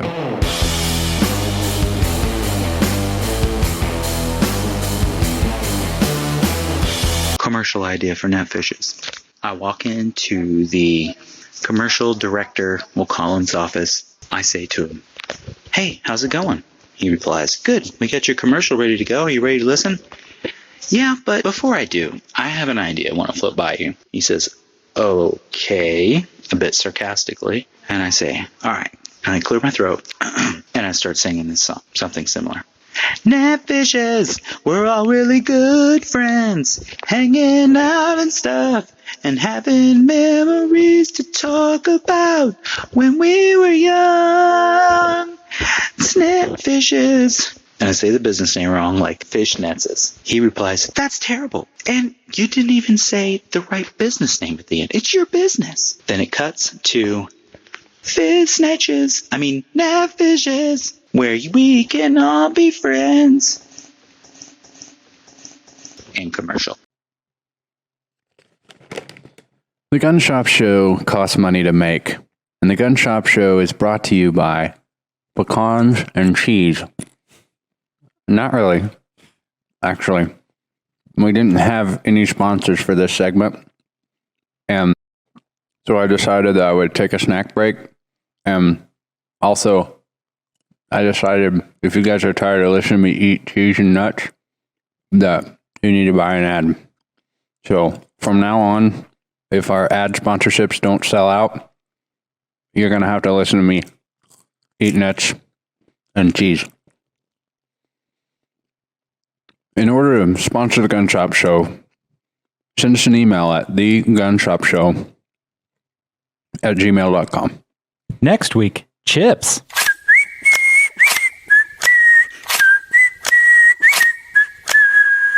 If I wasn't watching the Gun Shop Show, I wouldn't be as cool as I am. Welcome back to the Gun Shop Show. How would you like to win some free ammo? I would like that very much. I would love that. I would like that, but I can't afford it. So Liberty Tree employees are excluded from eligibility to win this. I quit. You're eligible. Instant eligibility. Yeah, but hey, did you share the feed and tag 5 friends? You gotta make sure you're gonna want to just go did. Also, the guy who picks the winner probably shouldn't quit the show because they're probably not going to be able to pick himself. Speaking of winners, I'd like to announce the winner of last week's giveaway. I think that's an excellent idea. Which was a 12 gauge G-Force. Good call. G-Force shotgun. And the G stands for gangsta, right?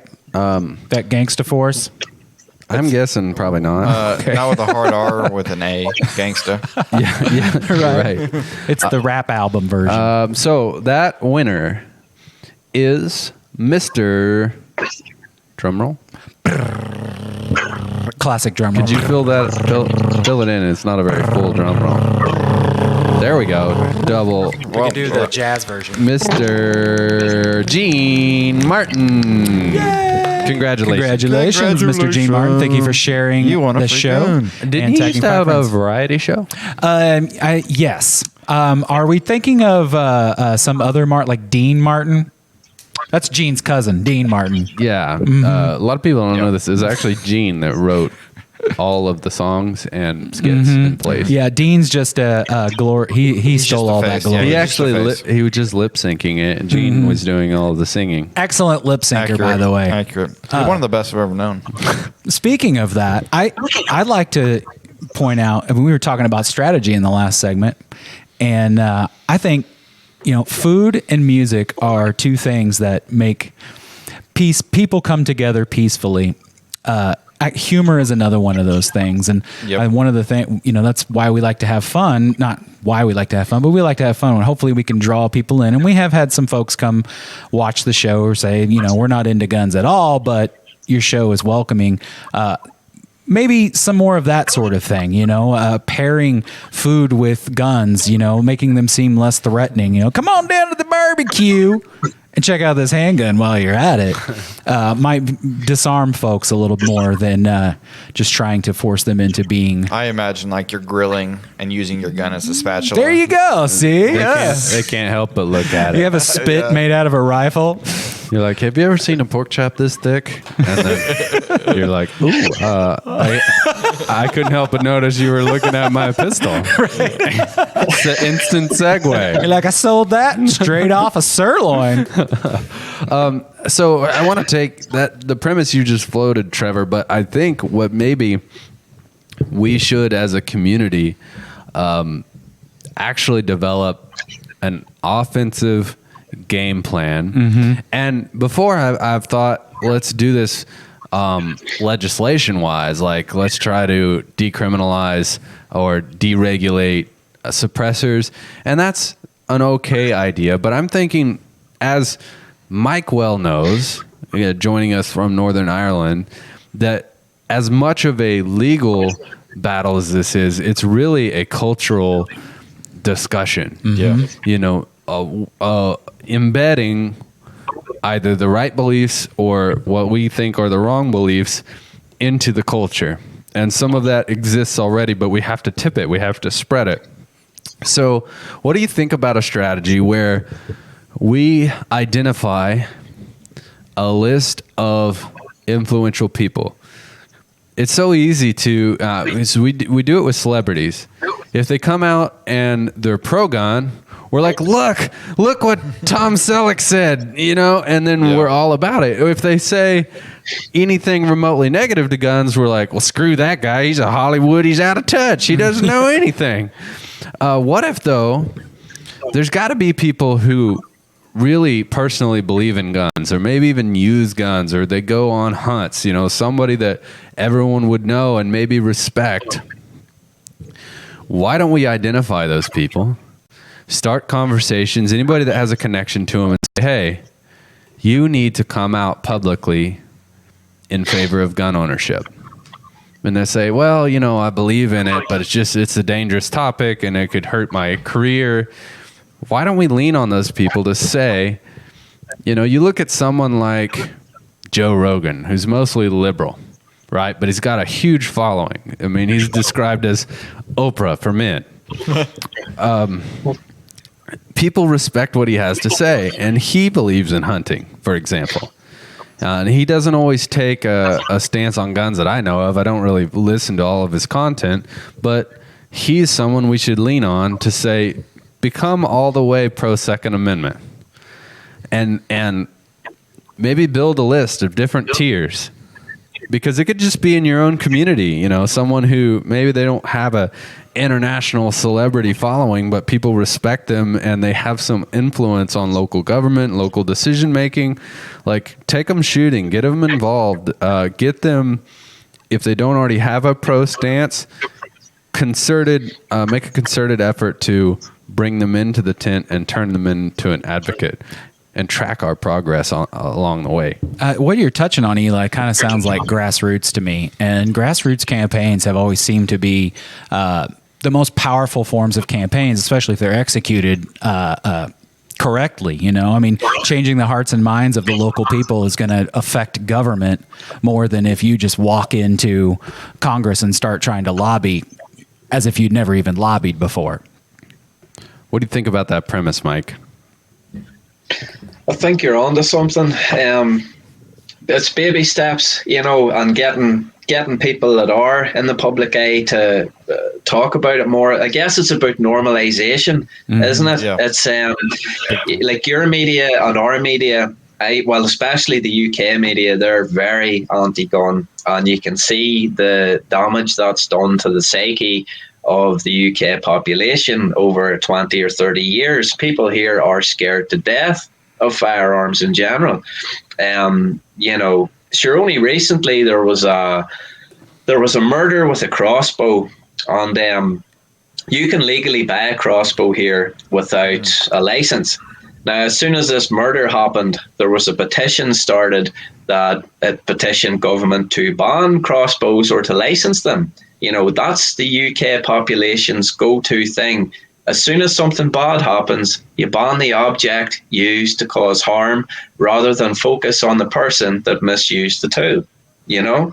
So I think you're right. I think it's a matter of having to normalize it, bringing people in, getting them to openly talk about the sport, you know, post about it, make it normal, invite your friends.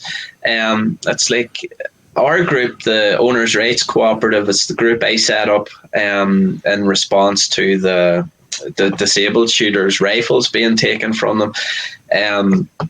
We actually managed to convince the Police Service of Northern Ireland to scrap plans to put magazines on licenses. So basically, if you wanted, say you had a 1022 and you wanted a BX25 mag, right? Yeah. You would have to pay £40 to the police to ask permission to buy the magazine for the firearm that you already have permission to own on your license, then get it put on the license, and then buy your magazine. So basically, what's $30, $25 for a BX25, is it? Yeah, roughly. Yeah, so you'd be paying imagine paying an extra $40 on top of that just to buy a magazine. So I can't imagine it. In fact, when you use the phrase or the sentence, a firearm I already have permission to own, I literally feel my blood boil a little bit just at that phrase. Like, I'm so thankful. I don't need permission. My customers don't need permission. They can own any gun that they want to own. We do have some hurdles in terms of background checks, but there's no limit. So we take for granted that just how expansive our gun rights are in the United States in comparison to yours. But culturally, we're not that different, And so it's not a leap to imagine the U.S. could become like the UK if we don't not only we can't just draw a line. That's the problem. We always draw a line and it gets crossed and we back up and we draw another line. We need a concerted plan. And I don't know, maybe we build a website, we give the mission a name, and we track every lead that we have in terms of getting information out, in terms of changing the mind of an influential person, and changing legislation, all of it, and we have some framework, a game plan, a battle plan politically and culturally to say, I can't convince Joe Rogan to do something, but I can convince my police chief in my town to make a pro-individual rights statement because I know he believes that. I can just urge him to the edge where he says that publicly, and then therefore that's a feather in the cap of gun owners in my own community. Mike, can you stay with us into the Shover Drive portion of the show? Sure. Are you, so far, would you say that we have become friends? I would say so, yeah. You can friend me on Facebook and I'll accept. Okay. So, true friendship. I think I'm already friends, guys. I wanted to establish Johnny come latelys over here. I want to establish that because it's always interesting to see how differently people feel after the Shover Drive. So we're gonna go ahead and ruin that friendship before we even get started. I wanted to document that. Stay with us on the Shover Drive of the Gun Shop Show.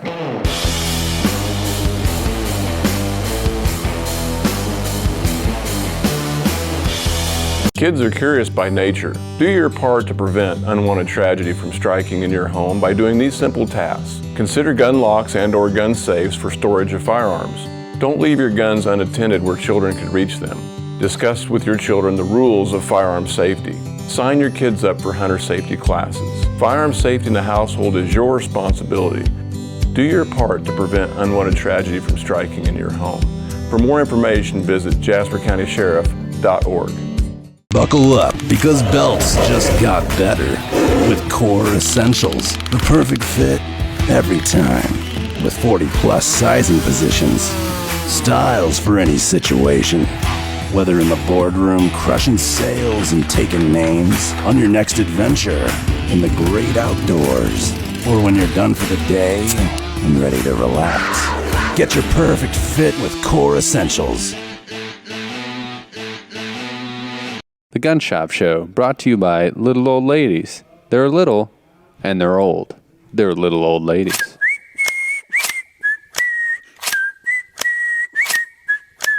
The Gun Shop Show, the Gun Shop Show. What is it?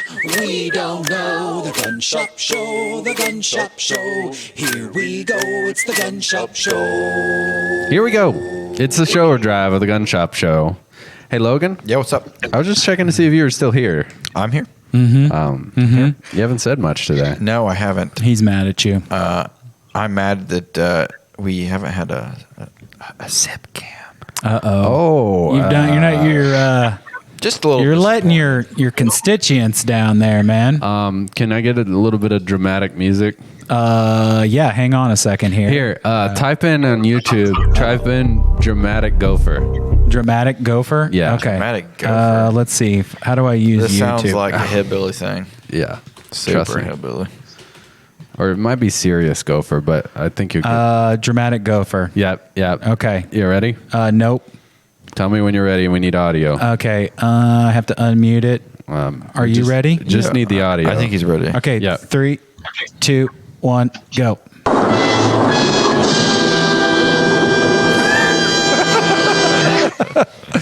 Oh, So cringy. yeah.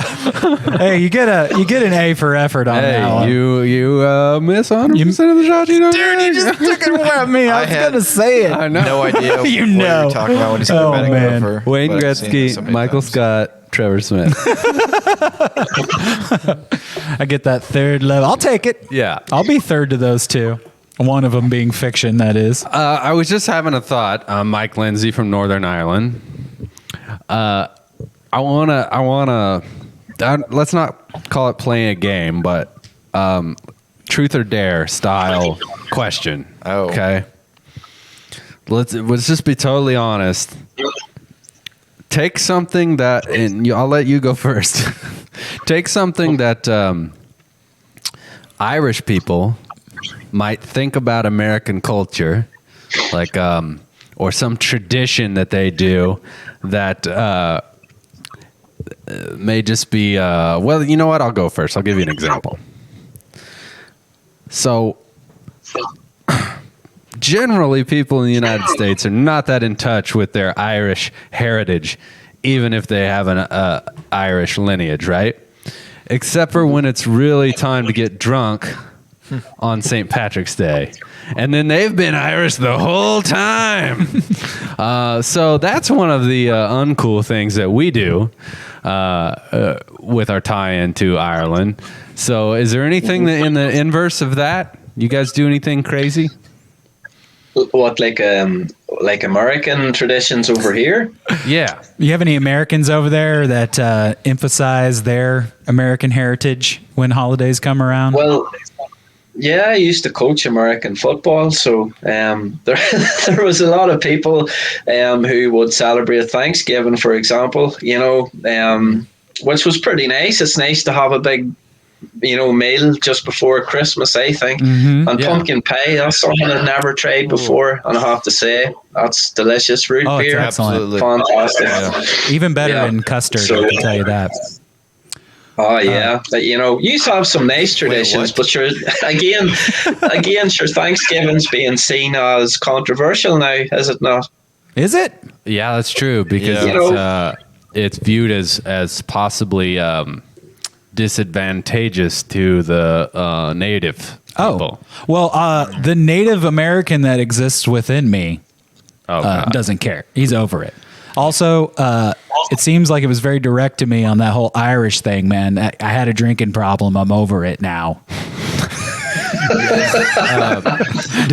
I moved past the drinking. Yeah, I didn't get super specific with it. I'm like, some people just took it personally.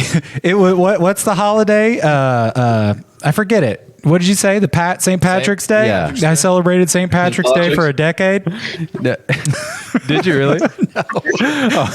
I'm like, with the drinking, yeah. I'm like, That's some just a people, holiday, you go over to their house on St. Patrick's Day and they've got over 6 bottles of Fireball in the trash, and they're wearing whitey tighties, and they got a thinning hairline and wear sunglasses on a gun shop show. I'm like, for example, just so it. Then, guys, saying that is St. Patrick's Day not an American holiday because did it I have not no originate idea. in America?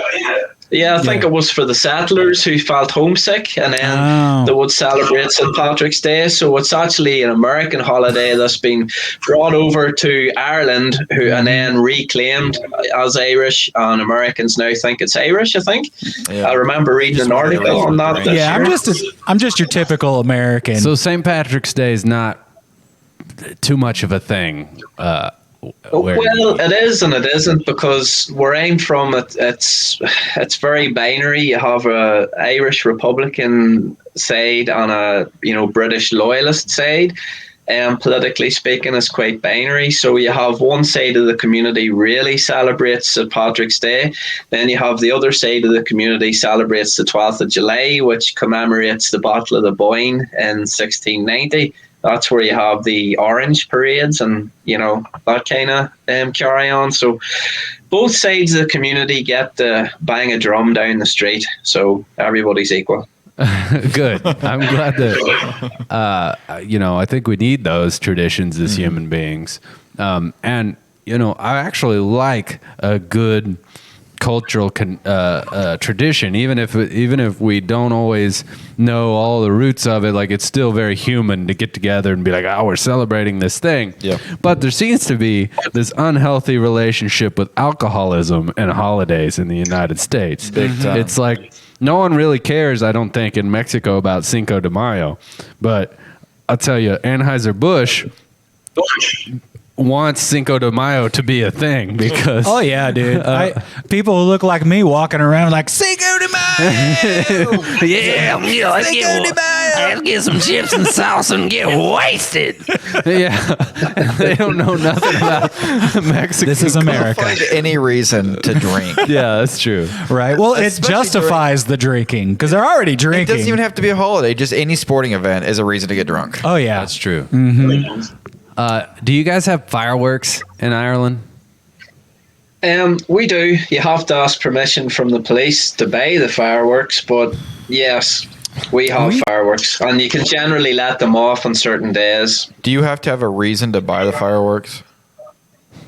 You have to apply for a license, but then this is the UK, so you need a license for everything. You have to have a license to brush your teeth. You have to have a license to get a license. Oh man, you beat me to it, Logan. You barely beat me to it. A license. Yeah. Does anyone celebrate the 4th of July? Well, in this house we do. But again, I know a lot of Americans over here because of the sport aspect that I used to take part in, but it's generally not something everybody would get involved with unless you knew some Americans, Yeah. Tell me what, you said part of this binary group, depending on where you land politically, that celebrates St. Patrick's Day. Which side of the coin is pro St. Patrick's Day? The Republican side, and it tends to be split in religion. So the Republican side would tend to be Roman Catholic. The Loyalist or Unionist side would tend to be Protestant. So again, it goes back a long, long way. The general butthurt over both sides, but general butthurt. It's really hard to sum up in a sentence. You know what I mean? It's it doesn't make much sense to anybody that's looking in. Put it that way. But the Republican side that would sympathise with the Irish state, the Republic of Ireland, would celebrate St. Patrick's. But I've been to a St. Patrick's Day parade, and I was brought up a Protestant loyalist, So, but again, I'm a wee bit more open-minded and willing to experience things than a lot of people on a small country, unfortunately. And it doesn't seem to have got any better with time since the ceasefire in '98, I believe it was. So, to help our listeners understand, you said your upbringing, which obviously our upbringing is not always by choice. It's just conditions of how we're brought up. So you were brought up a loyalist, but would you say ideologically you more sympathize with Irish independence and that Republican sort of way of thinking, or is it more muddy than that?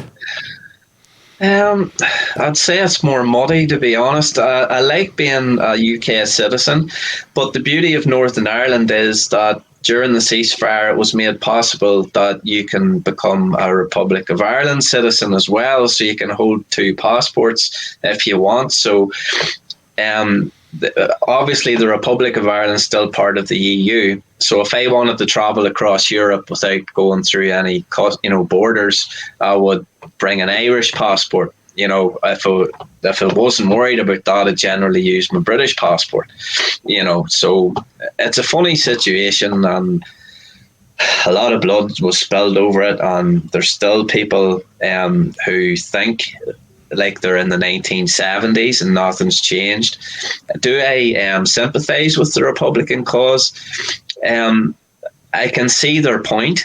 I can see that why some people would want Northern Ireland to become part of the, the island, or the island of Ireland to rejoin. But to me, I was born in the United Kingdom. I was born in Northern Ireland and have not known anything different.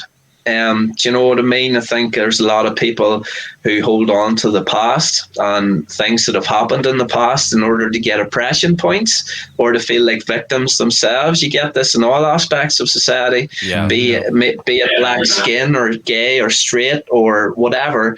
You're going to have people who are purposely trying to be oppressed in some way.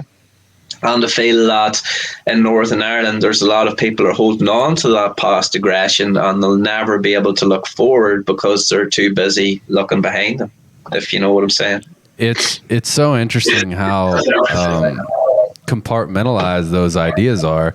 I remember I was in Mexico, right, on vacation, and I was in an elevator, and there's this older guy, older white gentleman, and he said, "Where are you from?" And I told him, Missouri, Carthage, Missouri. He's like, "Oh, I'm from Texas." And if we'd have stopped that conversation and we'd have talked about anything else in the world, like if we'd have said something about British politics, we'd have both been like, "America, yeah, freedom," like we'd have been on the same wavelength ideologically. But what was interesting is he said, Carthage, Missouri, why is that familiar? And I said, well, there's a Civil War battle there. Mm-hmm. And he goes, Civil War? There wasn't anything civil about it. That was the war of northern aggression. And like, we're like right on the line, where we live was literally like everything north of here was the north, everything directly south of here was the south, and people were mixed. And so, but I said Civil War in terms of like, that's what most people know this conflict to be titled. Mm-hmm. He wasn't even okay with the description of what that war was. And now all of a sudden, two guys that would otherwise have talked about baseball and NASCAR and, whatever, and not had any disagreement, we somehow mentioned the geography even within our own country, and we were divided. We didn't even really mean to be. And so I think Americans don't realize just we have a short history in comparison to Europe. And so Europe has developed all of these sentiments and loyalties and cultural differences over thousands of years, really, rather than a couple hundred. It's certainly several hundred years, but I think we also forget that there was major conflict in this issue of Irish independence, like really fairly recently. Yeah. Now, the Irish were put upon by the British. There's no doubt about it. If you can read the history, there were some awful atrocities happened, like way back in history with the British on the Irish, but the same can go vice versa. There was massacres with Roman Catholics committing, murder on Protestants, and people being burnt out of their homes if they were close to the border, ethnic cleansing, I suppose it was a kind of religious racism, if you know what I mean, where, we're all white, but because we worshipped in different churches, there was literally people killing each other over it. But again, as a species, we're very tribalist. We're going to naturally try and separate ourselves into boxes. And especially with people turning their back on the church, I think it has made them want to find fulfillment in other things. And I think oppression or victimhood makes them feel that way. So, exactly, it gives their life meaning if they're going to go and fight something that they perceive to exist. Like, for example, feminism, they're fighting the patriarchy, aren't they? But every feminist have asked, well, where is this patriarchy? And then they'll just look at me confused. What do you mean? we're in a patriarchy. And I'm like, but we've got a queen. We had a female PM. You know, where is this group of secret meeting men that's conspiring to oppress women? I don't think it exists. I think it's a straw man, a bogeyman, a devil, if you like, for their own religion. You know, I hang out with men a lot. What? And I am one, you know? Whoa. Just last night, I spent 2.5 hours playing basketball, all men, right? A lot of good guys in that group. None of us are capable of a master conspiracy to oppress women. We can barely get to the places we need to go with clothes on without our women. Like, we're just not capable of it. Then you're not fit for the new world men's order. No, I need to step up my game. Yeah. First thing I'm going to have to do is be able to organize myself. Mm-hmm. You don't want to get it together. I'm going to need to be able to take care of myself. Mm-hmm. And then if I can master that, maybe I can get around to oppressing women. Yeah, man. Once you figure out that whole toenail clipping situation, you can start organizing. Yeah. I asked my wife yesterday, I said, hey, where are my headphones? Because I know she would know where my headphones are, even though they're my headphones and my responsibility. I'm the one that needs the headphones. And she said, they're in the top right-hand drawer. You know why they're in the top right-hand drawer?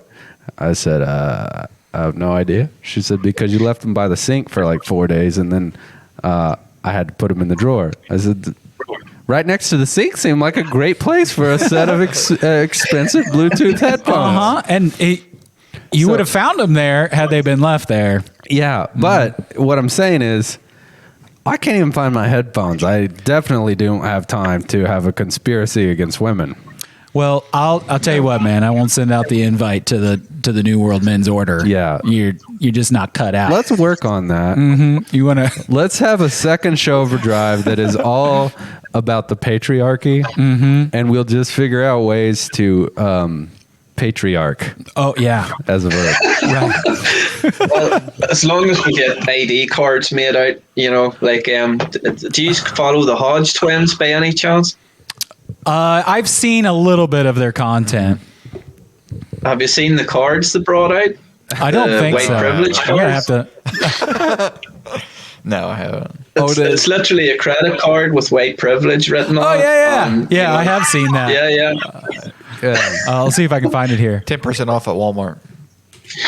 Yeah, I have a feeling when we're old, you know, there won't be a lot of us left as old, fair-skinned folks.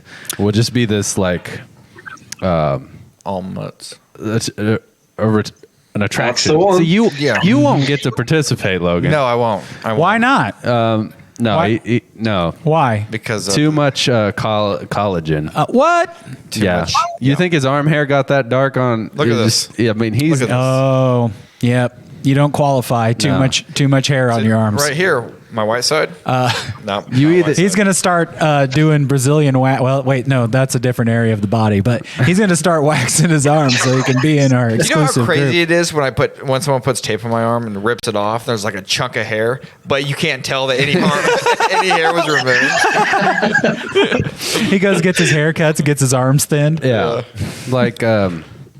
You know, I wish that I strategically went after that white privilege, but I was just born like this. You know, it's nothing I can. If I could go after some, I probably would, but I don't know how. Well, those groups, when they started, you know, that advocate for freedom and they fight against oppression, you know, they had a place. And it's not to say there aren't instances where they probably do need to be present, but at some point they're going to outlive their purpose, and the organization already exists, like government. You know, like the organization exists and they're out of things to fight, so they've got to find more things to fight, more things to battle. It's not to say that racial issues don't exist in this country, but people aren't always doing something to you or keeping you from something because of your color or because of your gender. But it seems as though by default, that's the way that it is. Oh, you're a white person and I'm black and you don't want me to do this? Then it's got to be because I'm black. Why else would it be? But I mean, I would say that a lot of those folks are in the minority. I think people forget the largest minority is the individual. You know, Right. rather than labeling yourself with whatever labels you can fit, just be yourself. If you find you're having, some kind of problems in life, well, who's going to fix them? Nobody else. It has to be you. So rather than blaming a systematic oppression, why not try and better your life from the inside? I agree with that. I agree with that Amen very to much. that. Mm-hmm. Hey, you plugged your website URL earlier. Let's hit on that again. Tell us what is there if folks visit that website. It's basically a collection of thoughts. I tend to get an idea and I start typing, and it just, whatever comes out, that's what comes out. So it's all pro shooting, sport, pro ownership.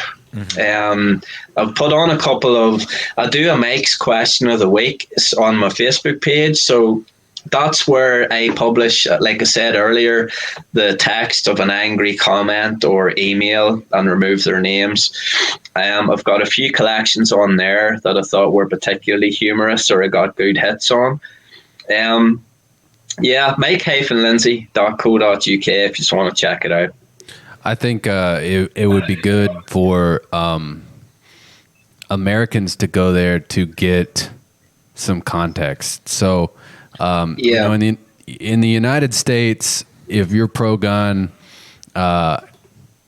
you might have somebody in your community. It's less likely even in our neck of the woods, but you might have someone say, well, obviously you have the right to own a gun, but I'm not too sure about the 30-round magazine. Like, that's the discussion we're having here in the U.S. For you, though, it's like you're a bad person for even bringing up guns, I'm sure, is what you get a lot. Generally. Again, we have FUDs here too, not against the Second Amendment, obviously, because we don't have one, but people that have gun licenses and they insist that it's some sort of exclusive club because they have been approved. They seem to value themselves higher than a normal member of the public, which I think's wrong. But I think it's a worldwide problem with the whole fuddy aspect, or waltz. Do you have that word as well? Like ex-military that think no civilian should have firearms. We have that problem. Yeah, there's a little bit of a culture of that among police. Interestingly, though, that has waned in the last 30 years. So in the 1990s, we actually didn't have concealed carry licenses in Missouri.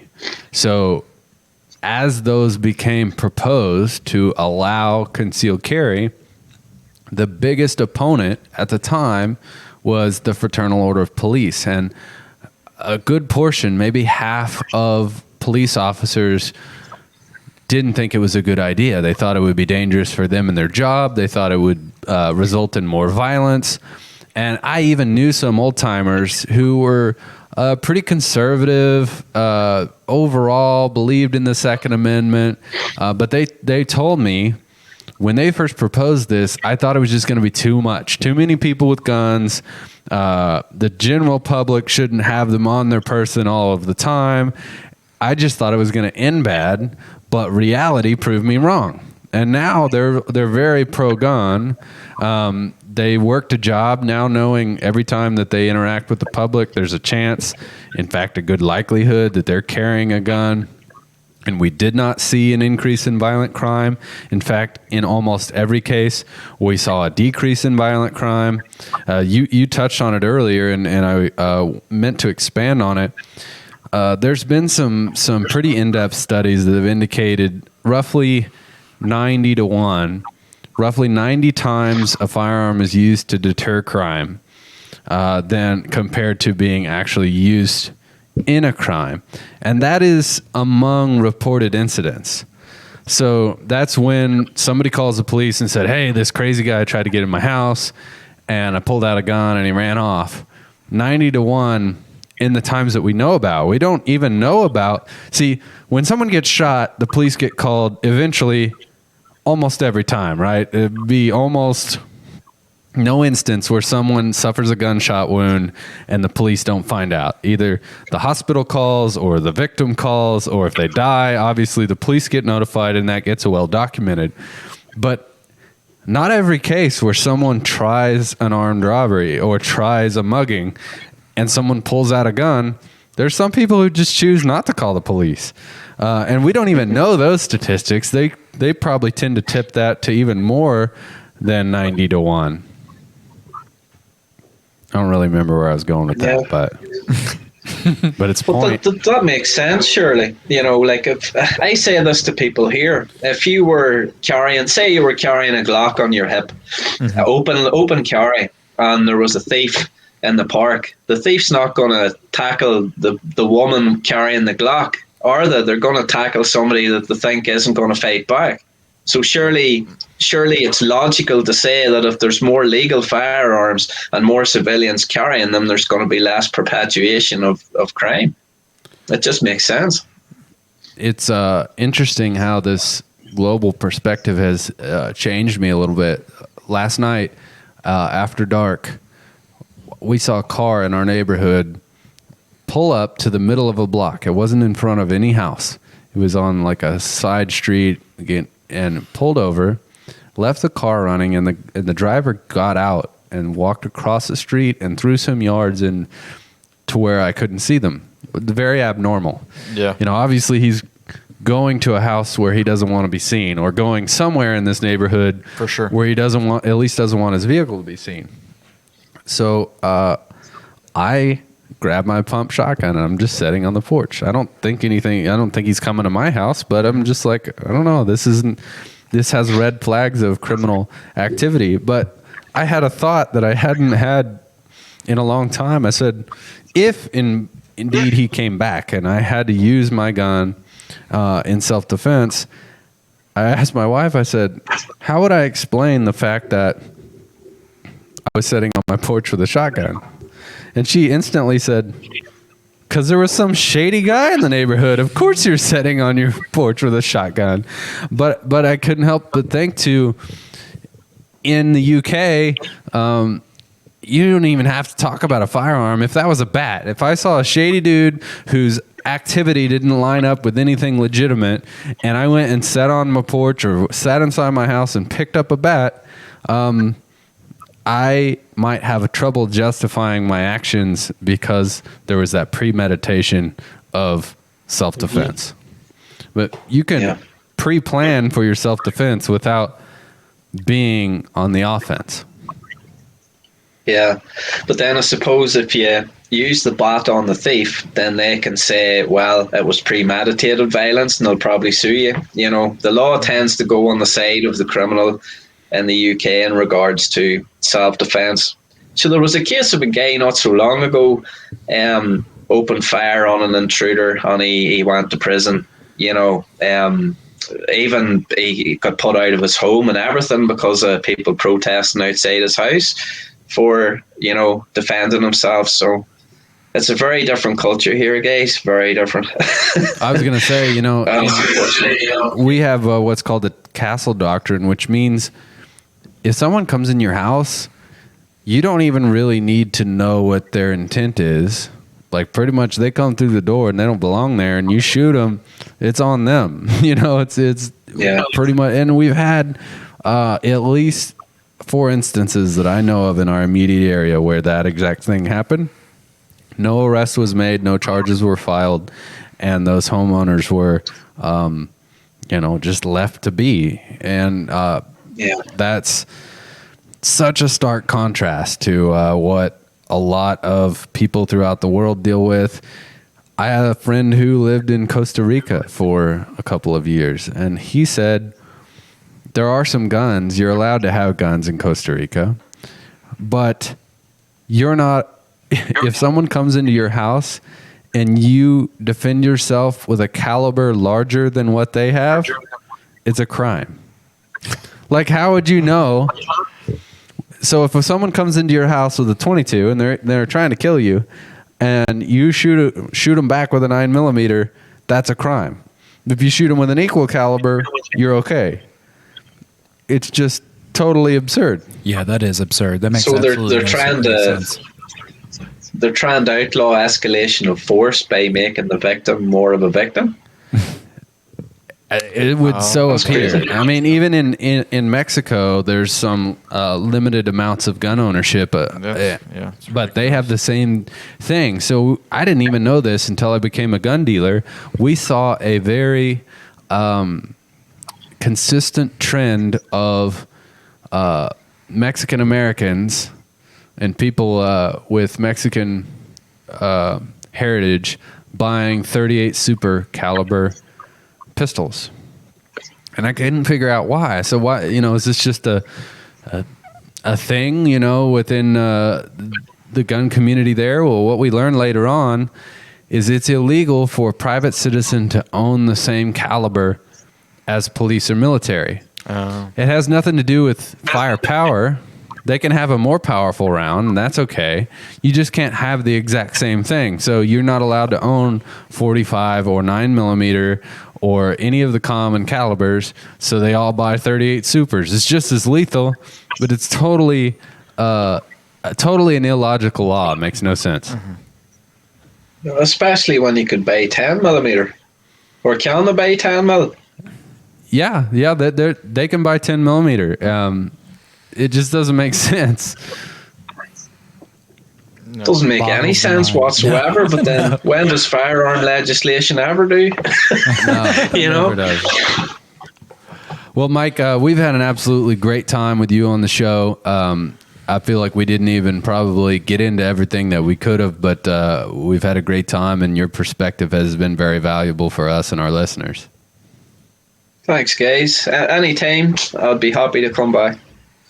Thank you. Anything else you want to leave our listeners with? Anything that they can do to visit you or support what you do? There's only one thing I want to say, and that's to cherish your Constitution and to fight back against any attempts to circumvent your God-given rights, because your Constitution isn't what the government's granting you, it's what the government isn't allowed to take. Excellent, and very chilling to have to be reminded by someone who isn't even protected by that Constitution. So thank you so much for those words, and in that we will leave you, and I will say goodbye and vaya con Dios for this episode. You pulling the shoe, man? Of the Gun Shop Show. Oh no, I didn't even see that coming. Oh yeah. Show's over.